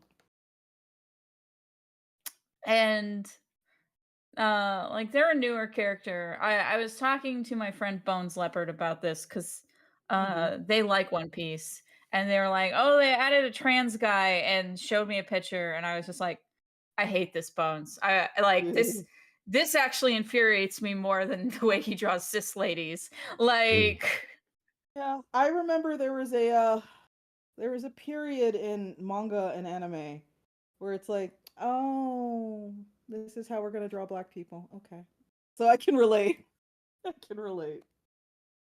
It's like as I much as think I I, love I think it was infuriating because he was getting so much praise for having a trans uh, dude in, like, no one gets praise for drawing black people like that in anime. the- no, well, it's one of those things where if you are into, manga and Yeah. anime and you are looking at stuff that is older than, 10 years, you're going Oh, to be like, "Oh, wow. Oh, wow. So we're just not going to talk about Mr. Popo." Okay. Yeah. oh, Spike. You don't even have to go back farther than 10 years. Yeah. Well, the thing that always sticks with me though is okay, Mr. Popo, I obviously, but love Masamune Shirow. I love Masamune Shiro's work. I like the translations of Masamune Shiro's stuff into anime. It's some of my favorite anime ever, for sure. Masamune Shiro, the way he draws black people revolts me to my core. Absolutely, I know what you mean. Yeah, and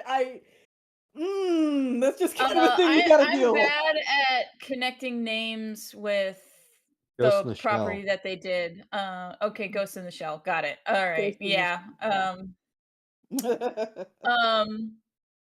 One of the most interesting mangas to come out in recent years, Spike, Uh-huh. is Promise Neverland. Oh, see, I saw a thing where someone was losing their mind over the low quality of the anime adaptation, but I've never read that. I watched the first season Well, of that. I there was rather there is a compelled. black lady in the manga, Uh-huh. and the that's not how you should draw black ladies.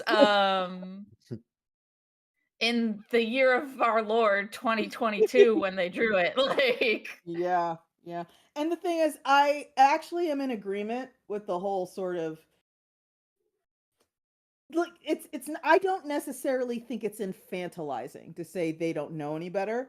I can kind of I get it. They don't when people are saying they don't know any better, what they're saying is they don't have the decades of sort of sensitivities that non-black people in America have kind of very slowly assimilated into their worldview, where they're like, "Oh, I probably shouldn't. Mm. This is unbelievably dehumanizing. Maybe I shouldn't do it this way."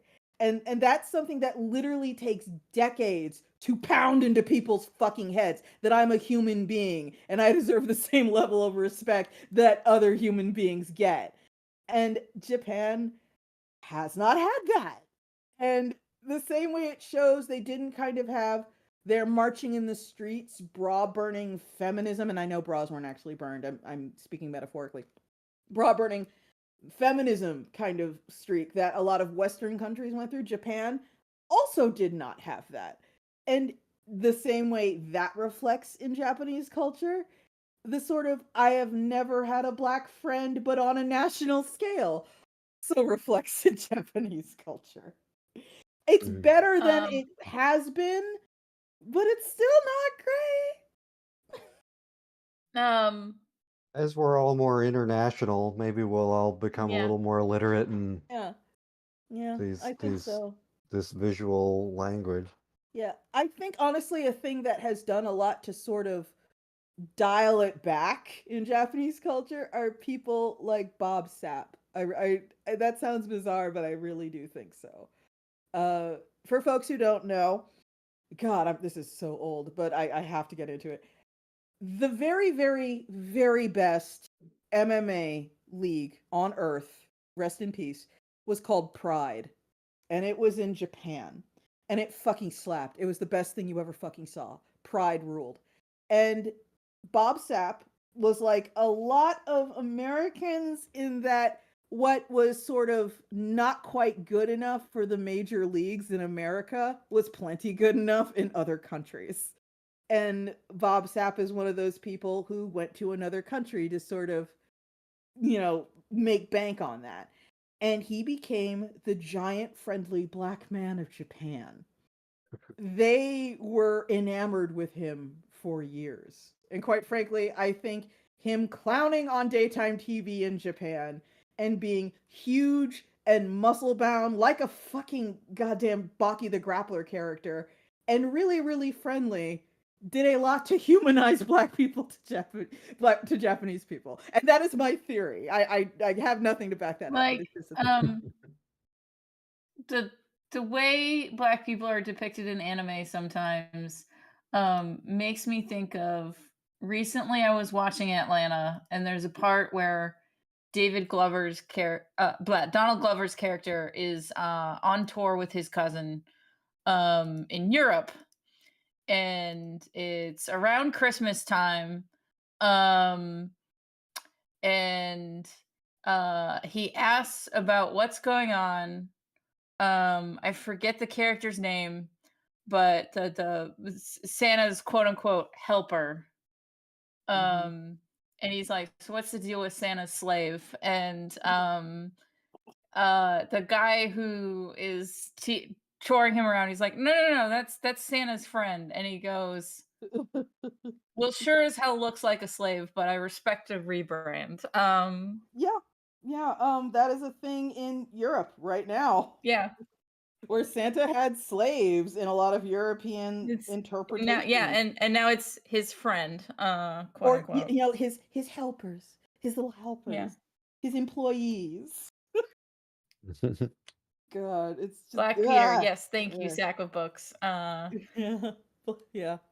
Yeah, yeah, yeah, yeah. I mean, Americans have they've mounted this campaign to like adopt by force Krampus, but there's plenty of European Christmas traditions that I think we're just sort of leaving the discount bin. Um, yeah, but yeah, when it comes to stuff that gets really popular, I try to have an informed opinion. Yeah, yeah, Um, It gets and so harder and harder though as you get yeah, older, and as yeah. pop culture is laser focused at a younger age than any of us are at, so it's And the harder and harder to cycle um, do is that. shorter than ever. Yeah.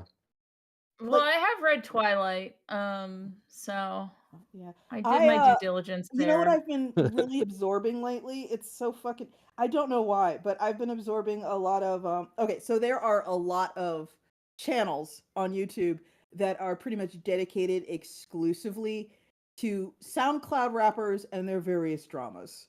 And the cycle at which these kids are thrown into the machine and chewed up and spit out is head spinning. It's like there are these kids who they blow up at 18, they're multimillionaires at 20, and then they're over by 22 but not willing to accept it. They have life cycles shorter than Olympic gymnasts. It's fucking wild to behold.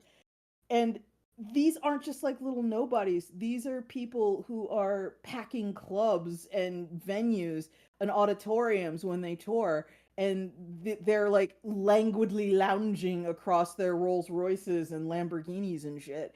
And they are experiencing like legitimate fame in a certain slice of the population. And then they as the kids say, they fall off. And I have decided because of this, in my attempt to keep up with this fucking pop culture shit, just out of morbid curiosity more than anything, there really is nothing worse than knowing for a fact you peaked at 20. Just it seems to do some actual damage to these kids. The ones who survive, I should know, because they drop like fucking flies. They just die so fast, literally die. God, and it's such a artificial, like, external structure that even puts them in that position. Yeah, It like it doesn't have anything to do with the work necessarily, or no. else they would be able to do something with it, maybe. I don't know. That is really sad. Yeah, there's just and people make fun of him, haha. But and to be fair, I get why people make fun of him because it's so bizarre. Like just sort of beholding them. Like the thing I hear a lot is they look like middle school desks, which they do because they have just the worst tattoos imaginable everywhere, and it's clearly marketing though. That's just marketing. Like there was one who got a portrait, like the one everyone knows, a portrait of Anne Frank tattooed on his cheek, so it takes up his entire cheek. And it's just mind-boggling, but it works because I'm talking about him. That's like kind of the point. And it's fucking wild. It's so wild. They So, all like like, mm, when I say I'm keeping up with culture, I mean yeah. media, not individuals. Like, if there's a thing that, That's like a culture, book or a baby. movie, Yeah, yeah, seriously, but that I'm is I'm culture. I'm not paying attention to SoundCloud kids that are going through the meat grinders. I love I it. still couldn't tell you what Taylor Swift has made musically. Like if Um, you played me 20 different songs and Mhm. said find the 5 Taylor Swift songs, I would not be able to. you will be interested to know the Anne Frank face tattoo rapper Uh-huh. goes by the name Zan Frank. Okay. XAN. Pretty Yeah. good. That's pretty Yeah, good. Zan, by the way, is another one of these SoundCloud rapper kids who had, the Mayfly life cycle, and kind of watching him spin out has been interesting. But yeah, it's like they have really fucking stupid names.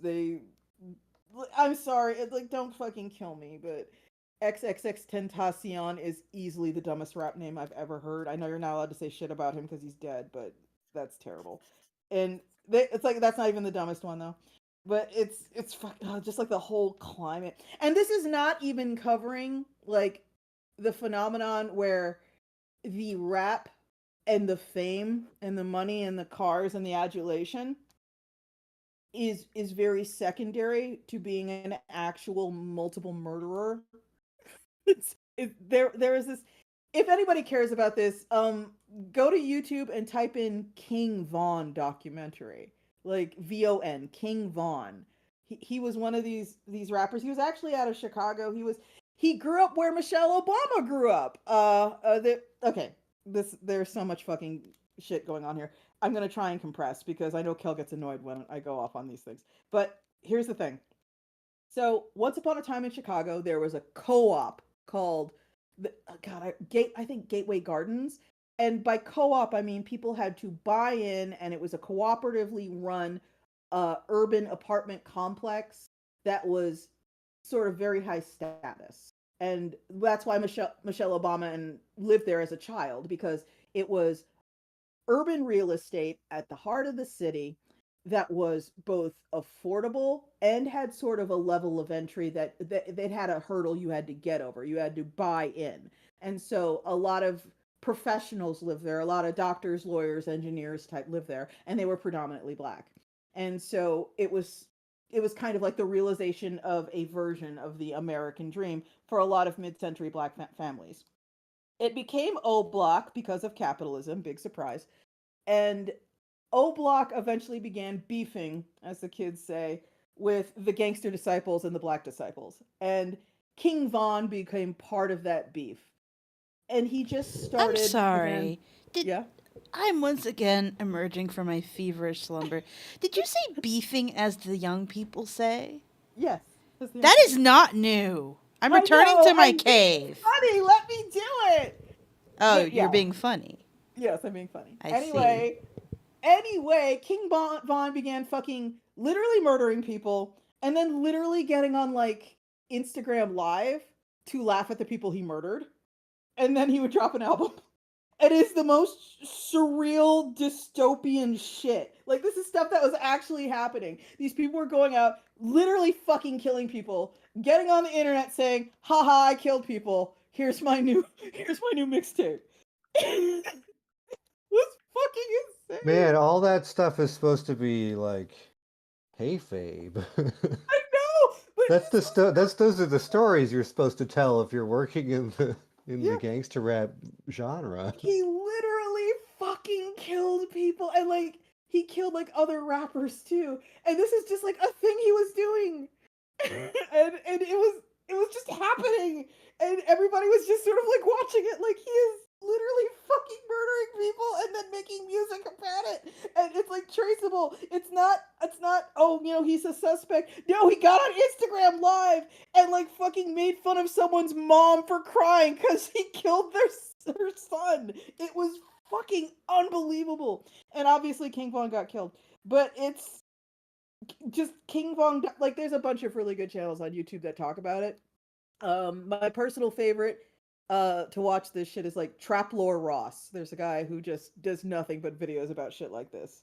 Trap Lore Ross. He's really good. But yeah, King Von is dead. And a lot of rap. Oh my god, it's so good. Drill music is insane.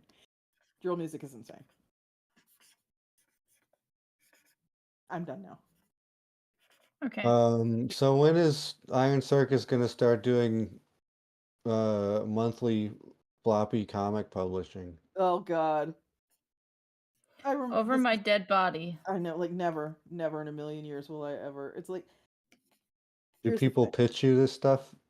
Oh, like Yes. that? people pitch us. Let me try and find a decent way to say Evan, this. I usually go through the pitches once a month, and then I only show Spike the good ones or the really, really bad ones. We get a lot of Um, stuff very indiscriminately. That is the Yeah, well, don't go too I far into it if you don't want yeah. to in a public forum. I throw out anyone who doesn't listen to instructions Oh yeah, they're because I gone. don't care how good their pitch is. If they're not reading instructions, then I don't want to work with I them. don't care. Mhm. But we do get a lot of monthlies pitched. We get a lot of people that are like, I'm an artist, here is my portfolio. Will you hire me? And it's like, we That's don't not do how you. that. And Mhm. And that is in the want to work for Iron Circus page, so it's clear you didn't read it, you know. yeah. And it's clear you don't have an understanding of what the industry Yeah. is if you're Yeah. doing that, right? Yeah. Yeah. Basically what happens when you run a publisher for any period of time is you wind up on a bunch of lists. And what these lists are just here's the name of the publisher, here's the email you submit to when you want to submit something to the publisher. And that is it. Mhm. And so it kind of doesn't matter what you specifically ask people to do. And we ask people to do a lot because it's our version of pick out all the brown M&Ms. I want to see if you can follow fucking instructions. And that includes signing a release when you submit stuff to us because people are insane and this is for our own safety. Especially if you're like a total stranger. I want you to understand the nature of us reading submissions, cold submissions, the slush pile. And if I reject your comic called Three Happy Bears, and then 6 years later, I publish a comic called Five Happy Cats, I'm not interested in being sued by you because you're insane. You know, so you have to sign the release. And most people I would bargain do not sign the release. And they do not Yeah, care I about what don't we read ask for. those. Yeah, yeah. You don't So read the ones that don't sign? we can't. Yeah. Yeah, It's not that makes safe. sense. It's not safe. Like basically if someone didn't follow directions, so it's if they didn't sign the release, if they sent us a superhero story or a floppy pitch, Mhm. If I it's clear remember they just once. got done watching the first season of Walking Dead and they had a great idea and you'll never guess what it's about. Yeah, there's always sort of an uptick. To be fair, I haven't like interfaced directly with the slush pile for a while. I've been extremely busy. But there's always sort of like this uptick when a certain kind of superhero movie drops and Mm. it's very like, oh, okay. So I guess this is what people are watching now. And okay, great. I'm glad you're feeling your creative juices flowing. I'm glad you were inspired, but I'm not who you should be showing this to. I remember once getting in a conversation on Twitter Mhm. that someone who I follow and like the work of Mhm. was like, I'm trying to think of a place to send this superhero pitch. And someone suggested to send it to Iron Circus. And because I do like the guy's work and I respect his time, I said, do not send it to Iron Circus. It says on the submissions page, no superheroes. Yeah. And then this person tried to argue with me. Uh-huh. Not the person making the pitch. This is the person who originally suggested Iron Circus. Yeah. Tried to argue with me on why they should still send a superhero pitch to Iron Circus.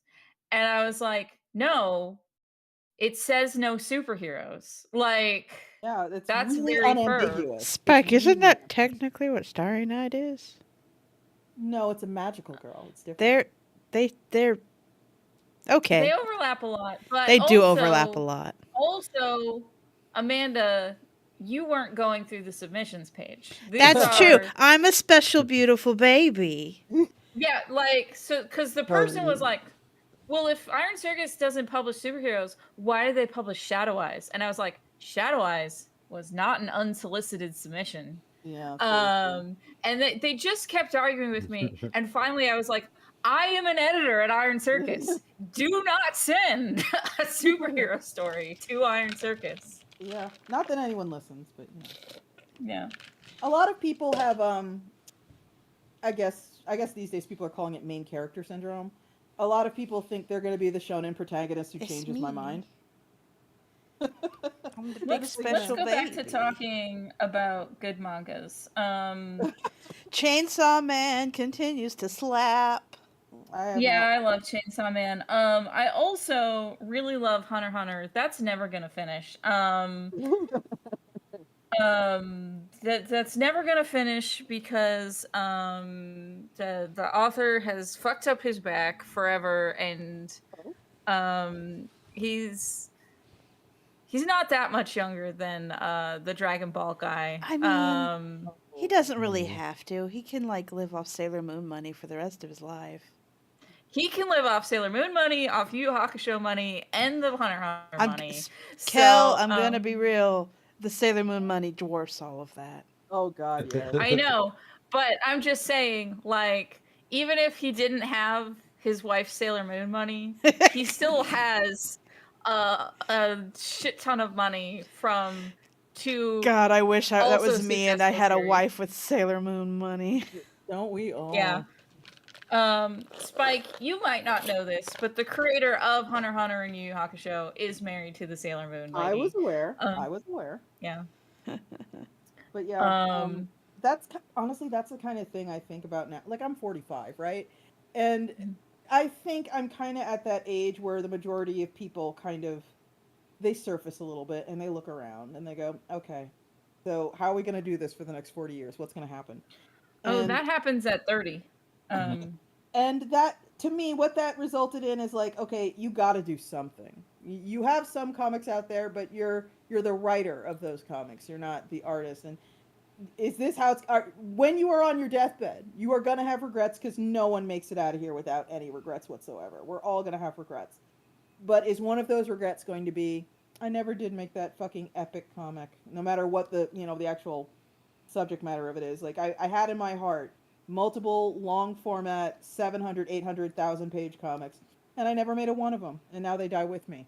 Do I really want them to die with me? And that's why you are watching me make this fucking comic right now. I like how I keep talking to other friends who are in similar boats, and they're like, no, I have to make my epic, my masterpiece. It's like, no, I just don't want to die without putting my money where my mouth is and making my gay Sonic. Yeah. My gay Sonic the Hedgehogs. Like, this is not, old heads know. I have things to prove. Yeah, old heads know this is not my first attempt at Placata. This is the second attempt at Placata, and it's working out way better, so I'm already happy I made this choice. But it's here because I'm 45, and I've gotta do it. I've gotta do it. It's now or never. I've gotta fucking do it. I linked a animation by one of my favorite indie animators recently, where a guy just says, I have to grill myself. He's like this suburban white dude, and he's just hanging out on his deck with his like giant ass beast of a propane grill. He's like, I gotta grill myself on my own grill. And before is it the animator who does like the kind of country people? Drew Langlois, maybe, I don't know how to pronounce his last name. Okay, and maybe we're thinking about some different people, because I have this animator I follow who does all these like super country characters, and I adore them. Oh no, you're thinking about Lil Bubby Child. Yes, Lil Bubby Child. I love Lil Bubby Child. No, this is not Lil Bubby Child. This is Drew, spelled Drue Langlois, I think his last name is. And the easier thing to search is The Minute Hour. He has a channel called The Minute Hour. And anyway, the character right before he grills himself, he starts going, it has to be done. It has to be done. It has to be done. And that's kind of how I've been about making Placata. Like, even if I make it slowly, even if I make it and no one fucking likes it, even if it lands like a rock and sinks immediately and is forgotten forever the instant I upload the last page, it has to be done. It has to be done.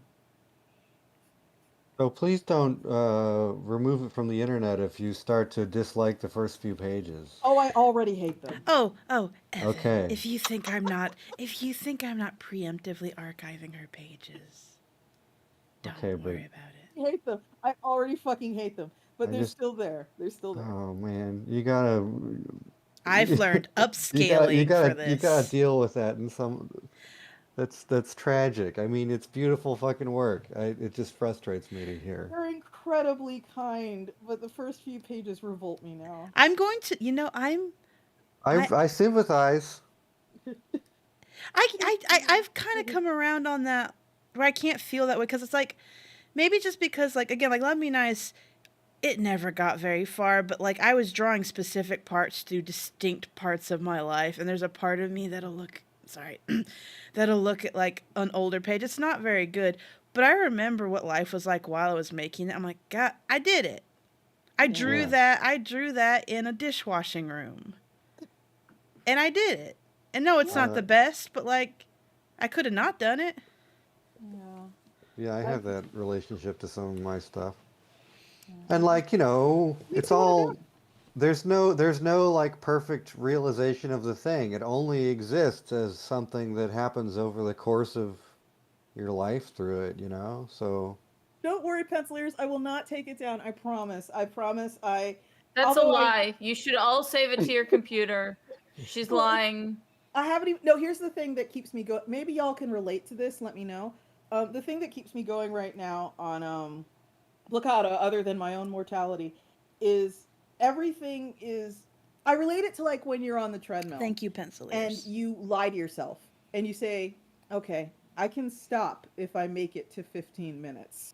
If I do 15 minutes on treadmill, I'll stop. I will be free to stop because 15 minutes is more than 0 and I did something. But then you get to 15 and you go, well, you did 15. So really, if you do 5 more, it'll be 20, and that's a round number, and round numbers are good.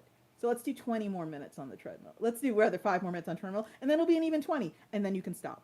And you just lie to yourself and lie to yourself and lie to yourself till you get to the actual length of time you want to be on the treadmill. That's kind of where I am with Blocada, where I'm all like, I can go back and I can fix it. But I can't fix it until I get 100 pages under my belt. Because after 100 pages, then it'll be okay. I can go back and I can redraw it. And I imagine when I get to page 100, I'll be all like, look, you're on page 100. It's okay. Let's get to 125. Let's just get to 125. But and I mean, there is no. I don't want to seem like I'm arguing with you because like these are feelings that I have myself that I talk through myself, about my own work. But like there is no version of the thing that's perfect. It only exists as a thing that you've made over the course of your imperfect process of making it. This is also partly why The City Between is 100-page stories, because I can finish those 100 pages and then never look at it again. Yeah, fucking, oh my God, So, I wish I never had to look at it. 2 things. One, Penciler said, because we were talking about Love Me Nice, says, I never read one page and was like, oh, Amanda's going through it. I just wanted to see more. But that's the thing about comics is they have different meanings for all of us. Like, someone who is reading it is going to have a vastly different feeling about the pages than me, who looks back and goes, oh, yeah, I got divorced right before I drew those series of pages. Those are feelings I have brought to those pages that nobody can see. And that makes them special to me in a way that they're not special to other people. Mm-hmm. So, like, maybe it's not the best page, but, like, that page is special to me. But also, like, I kind of view Past Me as kind of a different me, because, like, I've been through some funky phases. Mm-hmm. I used to be a sadder, quieter person. And it almost just feels like I'm looking at someone else's stuff. And that kind of allows me to, like, kind of step back and see it for what it is in a way. Because it's like, it doesn't really, there's a weird thing where it's like, this doesn't feel like current me making that stuff and it not being good. It's a different me who made that stuff and it was as good as they could make it. And I appreciate that. Mm-hmm. That's so merciful. I mean, I literally started Sorcery 101 when I was a child, so... Yeah. Yeah, I think that's good to keep that in mind. It's a different version of yourself. Yeah, it's a very merciful way to look at things. I mean, you have to be merciful to yourself. You absolutely do not have to be merciful you do. to yourself. You absolutely do not. Yes, you do. Here's the thing. I've said, again, everyone's motivated differently. I've said it 1,000 times. I can be miserable and literally work anywhere. and make more money and be more secure. Yeah. I'm not Yeah. going to make comics if they make me miserable. I could work at McDonald's and be miserable and make more money. Yeah. So if I'm going to That be is miserable, that's I'm a not going to make comics. that's a thing Okay. I've said a million fucking times. And yet, here you are. And yeah, exactly. Being that's miserable. Yeah. Okay. Even though he's an idiot, a broken clock interesting. is right twice a day. Mhm. Jim Carrey once said a quote that was the reason why he got into comedy is his dad was an accountant and miserable and then got laid off and failed at being an accountant. And he was like, I could fail at anything. I might as well fail at something that I enjoy. Mhm. Nice. And it's like, that's good advice. That's the one time Jim Carrey had good advice. That's a good one though.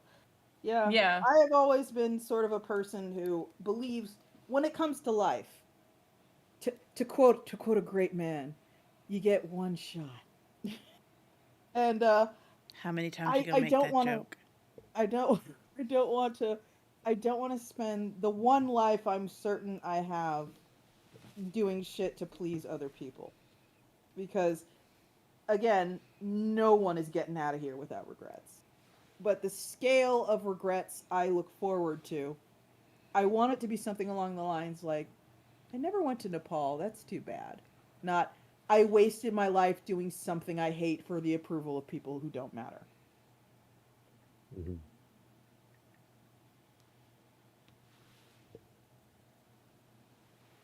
Man, I never think in such big picture, man. I can't think of that because I think for me, if I think about that, it's like, well, it doesn't matter. I'm dead. Who cares? That's that's where my brain Well, goes. It's I'm like, talking about my last minutes raging against the dying of the light. I'm not talking about other people. eh. I I guess I have very different regrets that I know will always be regrets. So it's just one of those, Hmm. cannot I relate. don't think I'm predisposed to think in terms of regret. I mean, in comics, I like working on it moment to Yeah. Oh moment. yeah, yeah, So I've literally built my life around working on it in a way that I feel very fortunate to be able to fucking do. So, yeah, thank God. yeah. That's the end of that thought. What Yeah, I regrets am I gonna feel, get out of that? I Yeah, feel great I comics about feel it. make me happy. If I can yeah. find a way to keep doing it, I'm gonna. I feel extremely lucky to be in the position I've been in. I should note I worked my ass off, but at the same time, I feel like I've kind of spent my career. I don't want to fucking say this. Then God, this don't. is No like one's no, making I you. have to. It's got to be done. Got to be done. Got to be Nope. done. Um, something that's stuck with me for literal years because I think it's honestly one of the best compliments I've ever received is a friend of the show who shall remain nameless said something to me very casually that I don't think they realized the weight of, which was Don't eat that. I work I work with people every day who part of their marketing, part of their self-promotion is they talk about how they're disruptors, but you are the only disruptor I actually know. And I was like, "Oh shit." And like kind of my whole modus operandi in comics has been, no, I'm going to just do it my way and we'll see if it works No, out. so And that whole disruptor statement just yeah. made me think of Glass Onion. Um, But like that's kind of yeah, it's like that's what Iron Circus is. Iron Circus is this weird thing that's off in the corner doing weird shit. And I'm really proud that like for the past 20 years has everything gone perfectly? Shit fuck no. But like am I proud of what Iron Circus is and what Iron Circus has put in the world? Like yeah. And am I proud of what it's continuing to do and what it intends to do? Like yeah, I want to make this fucking thing that only Iron Circus could make it. You know, when people talk about like what we publish, like only Iron Circus would do this. Nobody else has the fucking nerve. Nobody else has the resources. Nobody else has the actual refusal to stop. And I'm like fucking. That's what I want. That's what I want. I also want to draw comics though. And the comics are kind of in the same vein as how I run Iron Circus, where I'm going to make this weird fucking thing and does anybody want this is a secondary consideration because I want this, and that's the primary consideration. Yeah, well, that's the whole thing. If you want it, then Yeah. there has to be an audience of people who would Exactly. be into it. In theory, yeah. I mean, I've always assumed that's how it works. Well, yeah, Yeah, that's it's kind the of. size of the audience that's everyone's concern, though, because we live in a culture that's so size queeny. Like everybody has to have a bajillion Stop calling me followers. out. Yeah.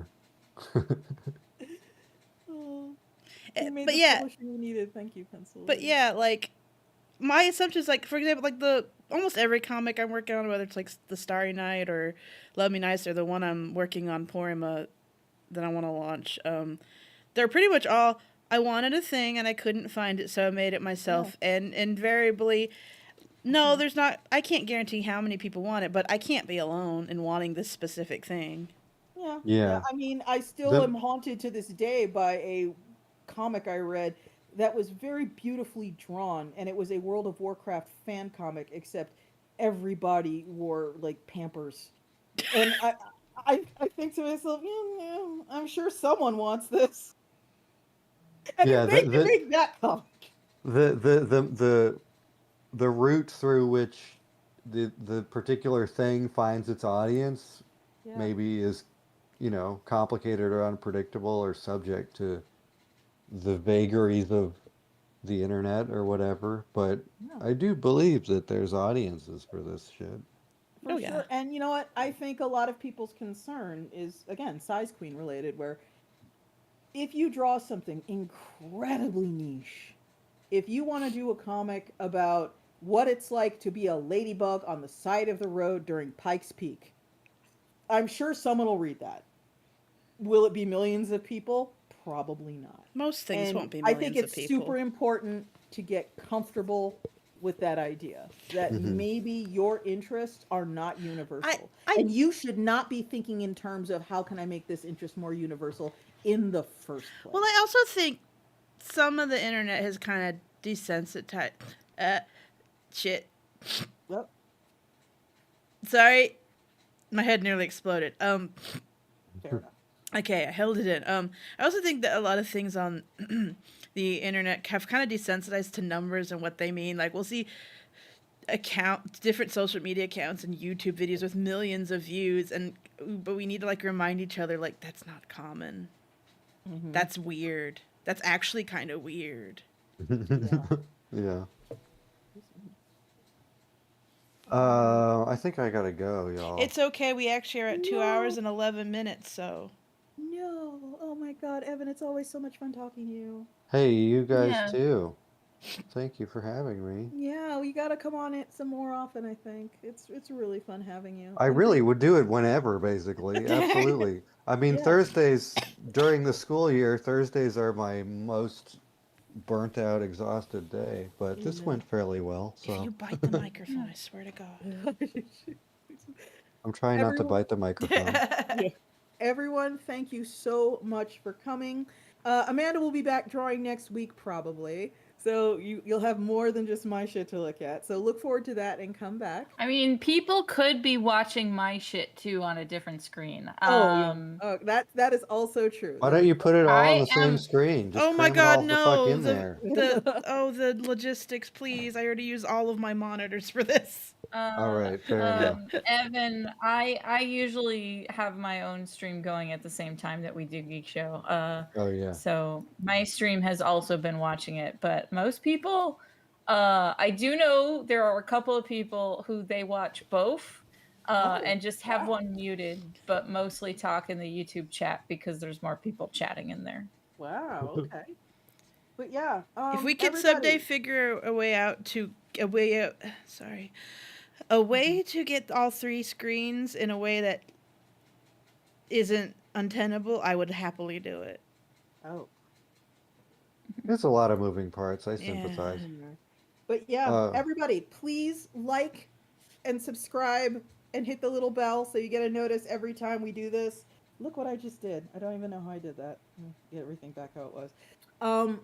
I am Spike. I run Iron Circus Comics and Iron Circus Animation. Please watch Lackadaisy on YouTube. Indie animation forever. Please buy Iron Circus Comics, small press comics forever. Go to ironcircus.com to check out what we got for you. And just go to lackadaisy.com to check out what we got for you.